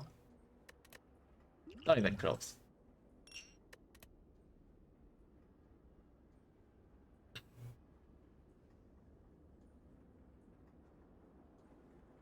Act 2 legit scariest 5 any run. If you are really weak, maybe middle of Act 1 is scarier because you can identify you always die in Act 2 and then you need to take like some pretty big risks with Act 1 elites. But with a run that is especially with a run with very high potential but slightly but have some holes in the deck, maybe regarding speed, maybe regarding fat load damage, then early Act 2 is it's just the hardest part. This fight was very nice though. Like playing this fight was like very cool. But yeah, we leave Act 1 with 69 HP. Yeah, nice. Never rested. Yeah, never rested. Upgrade, take 3 elites, upgrade 4 cards, and we enter the act. We leave the act with 69 HP. So this act 1 is already way over curve, but I guess we block insanely well. And then yeah, Act 2, I mean I say I'm scared because if we draw very badly, things can be bad. But you can also see we actually took no damage Act 2. So the draws were ended up being like roughly average, and then if the draws is average, yeah, we storm Act 2.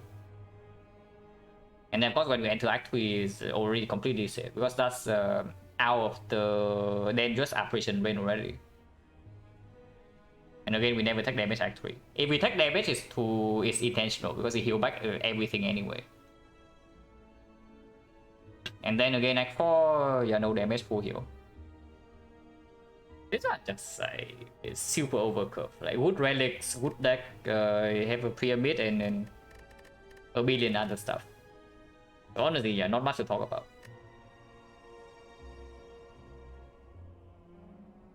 Good though. Yeah, 22-3 can stop the 25 game sample right now and conclude is 88%. But okay. Hopefully I can keep this up. Like these are not the 2 runs I have played since I got back were not very difficult, but you can also see Act 1 Pyramid into Act 1 Pyramid. But well, I would say I'm not playing too badly. Okay, who is on?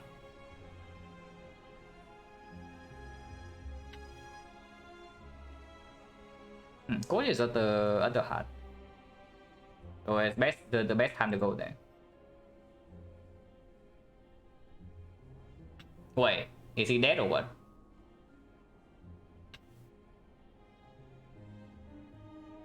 Okay, I actually need to see because it looks pretty scary. But yeah, thanks for watching guys as always, and yeah, see you later.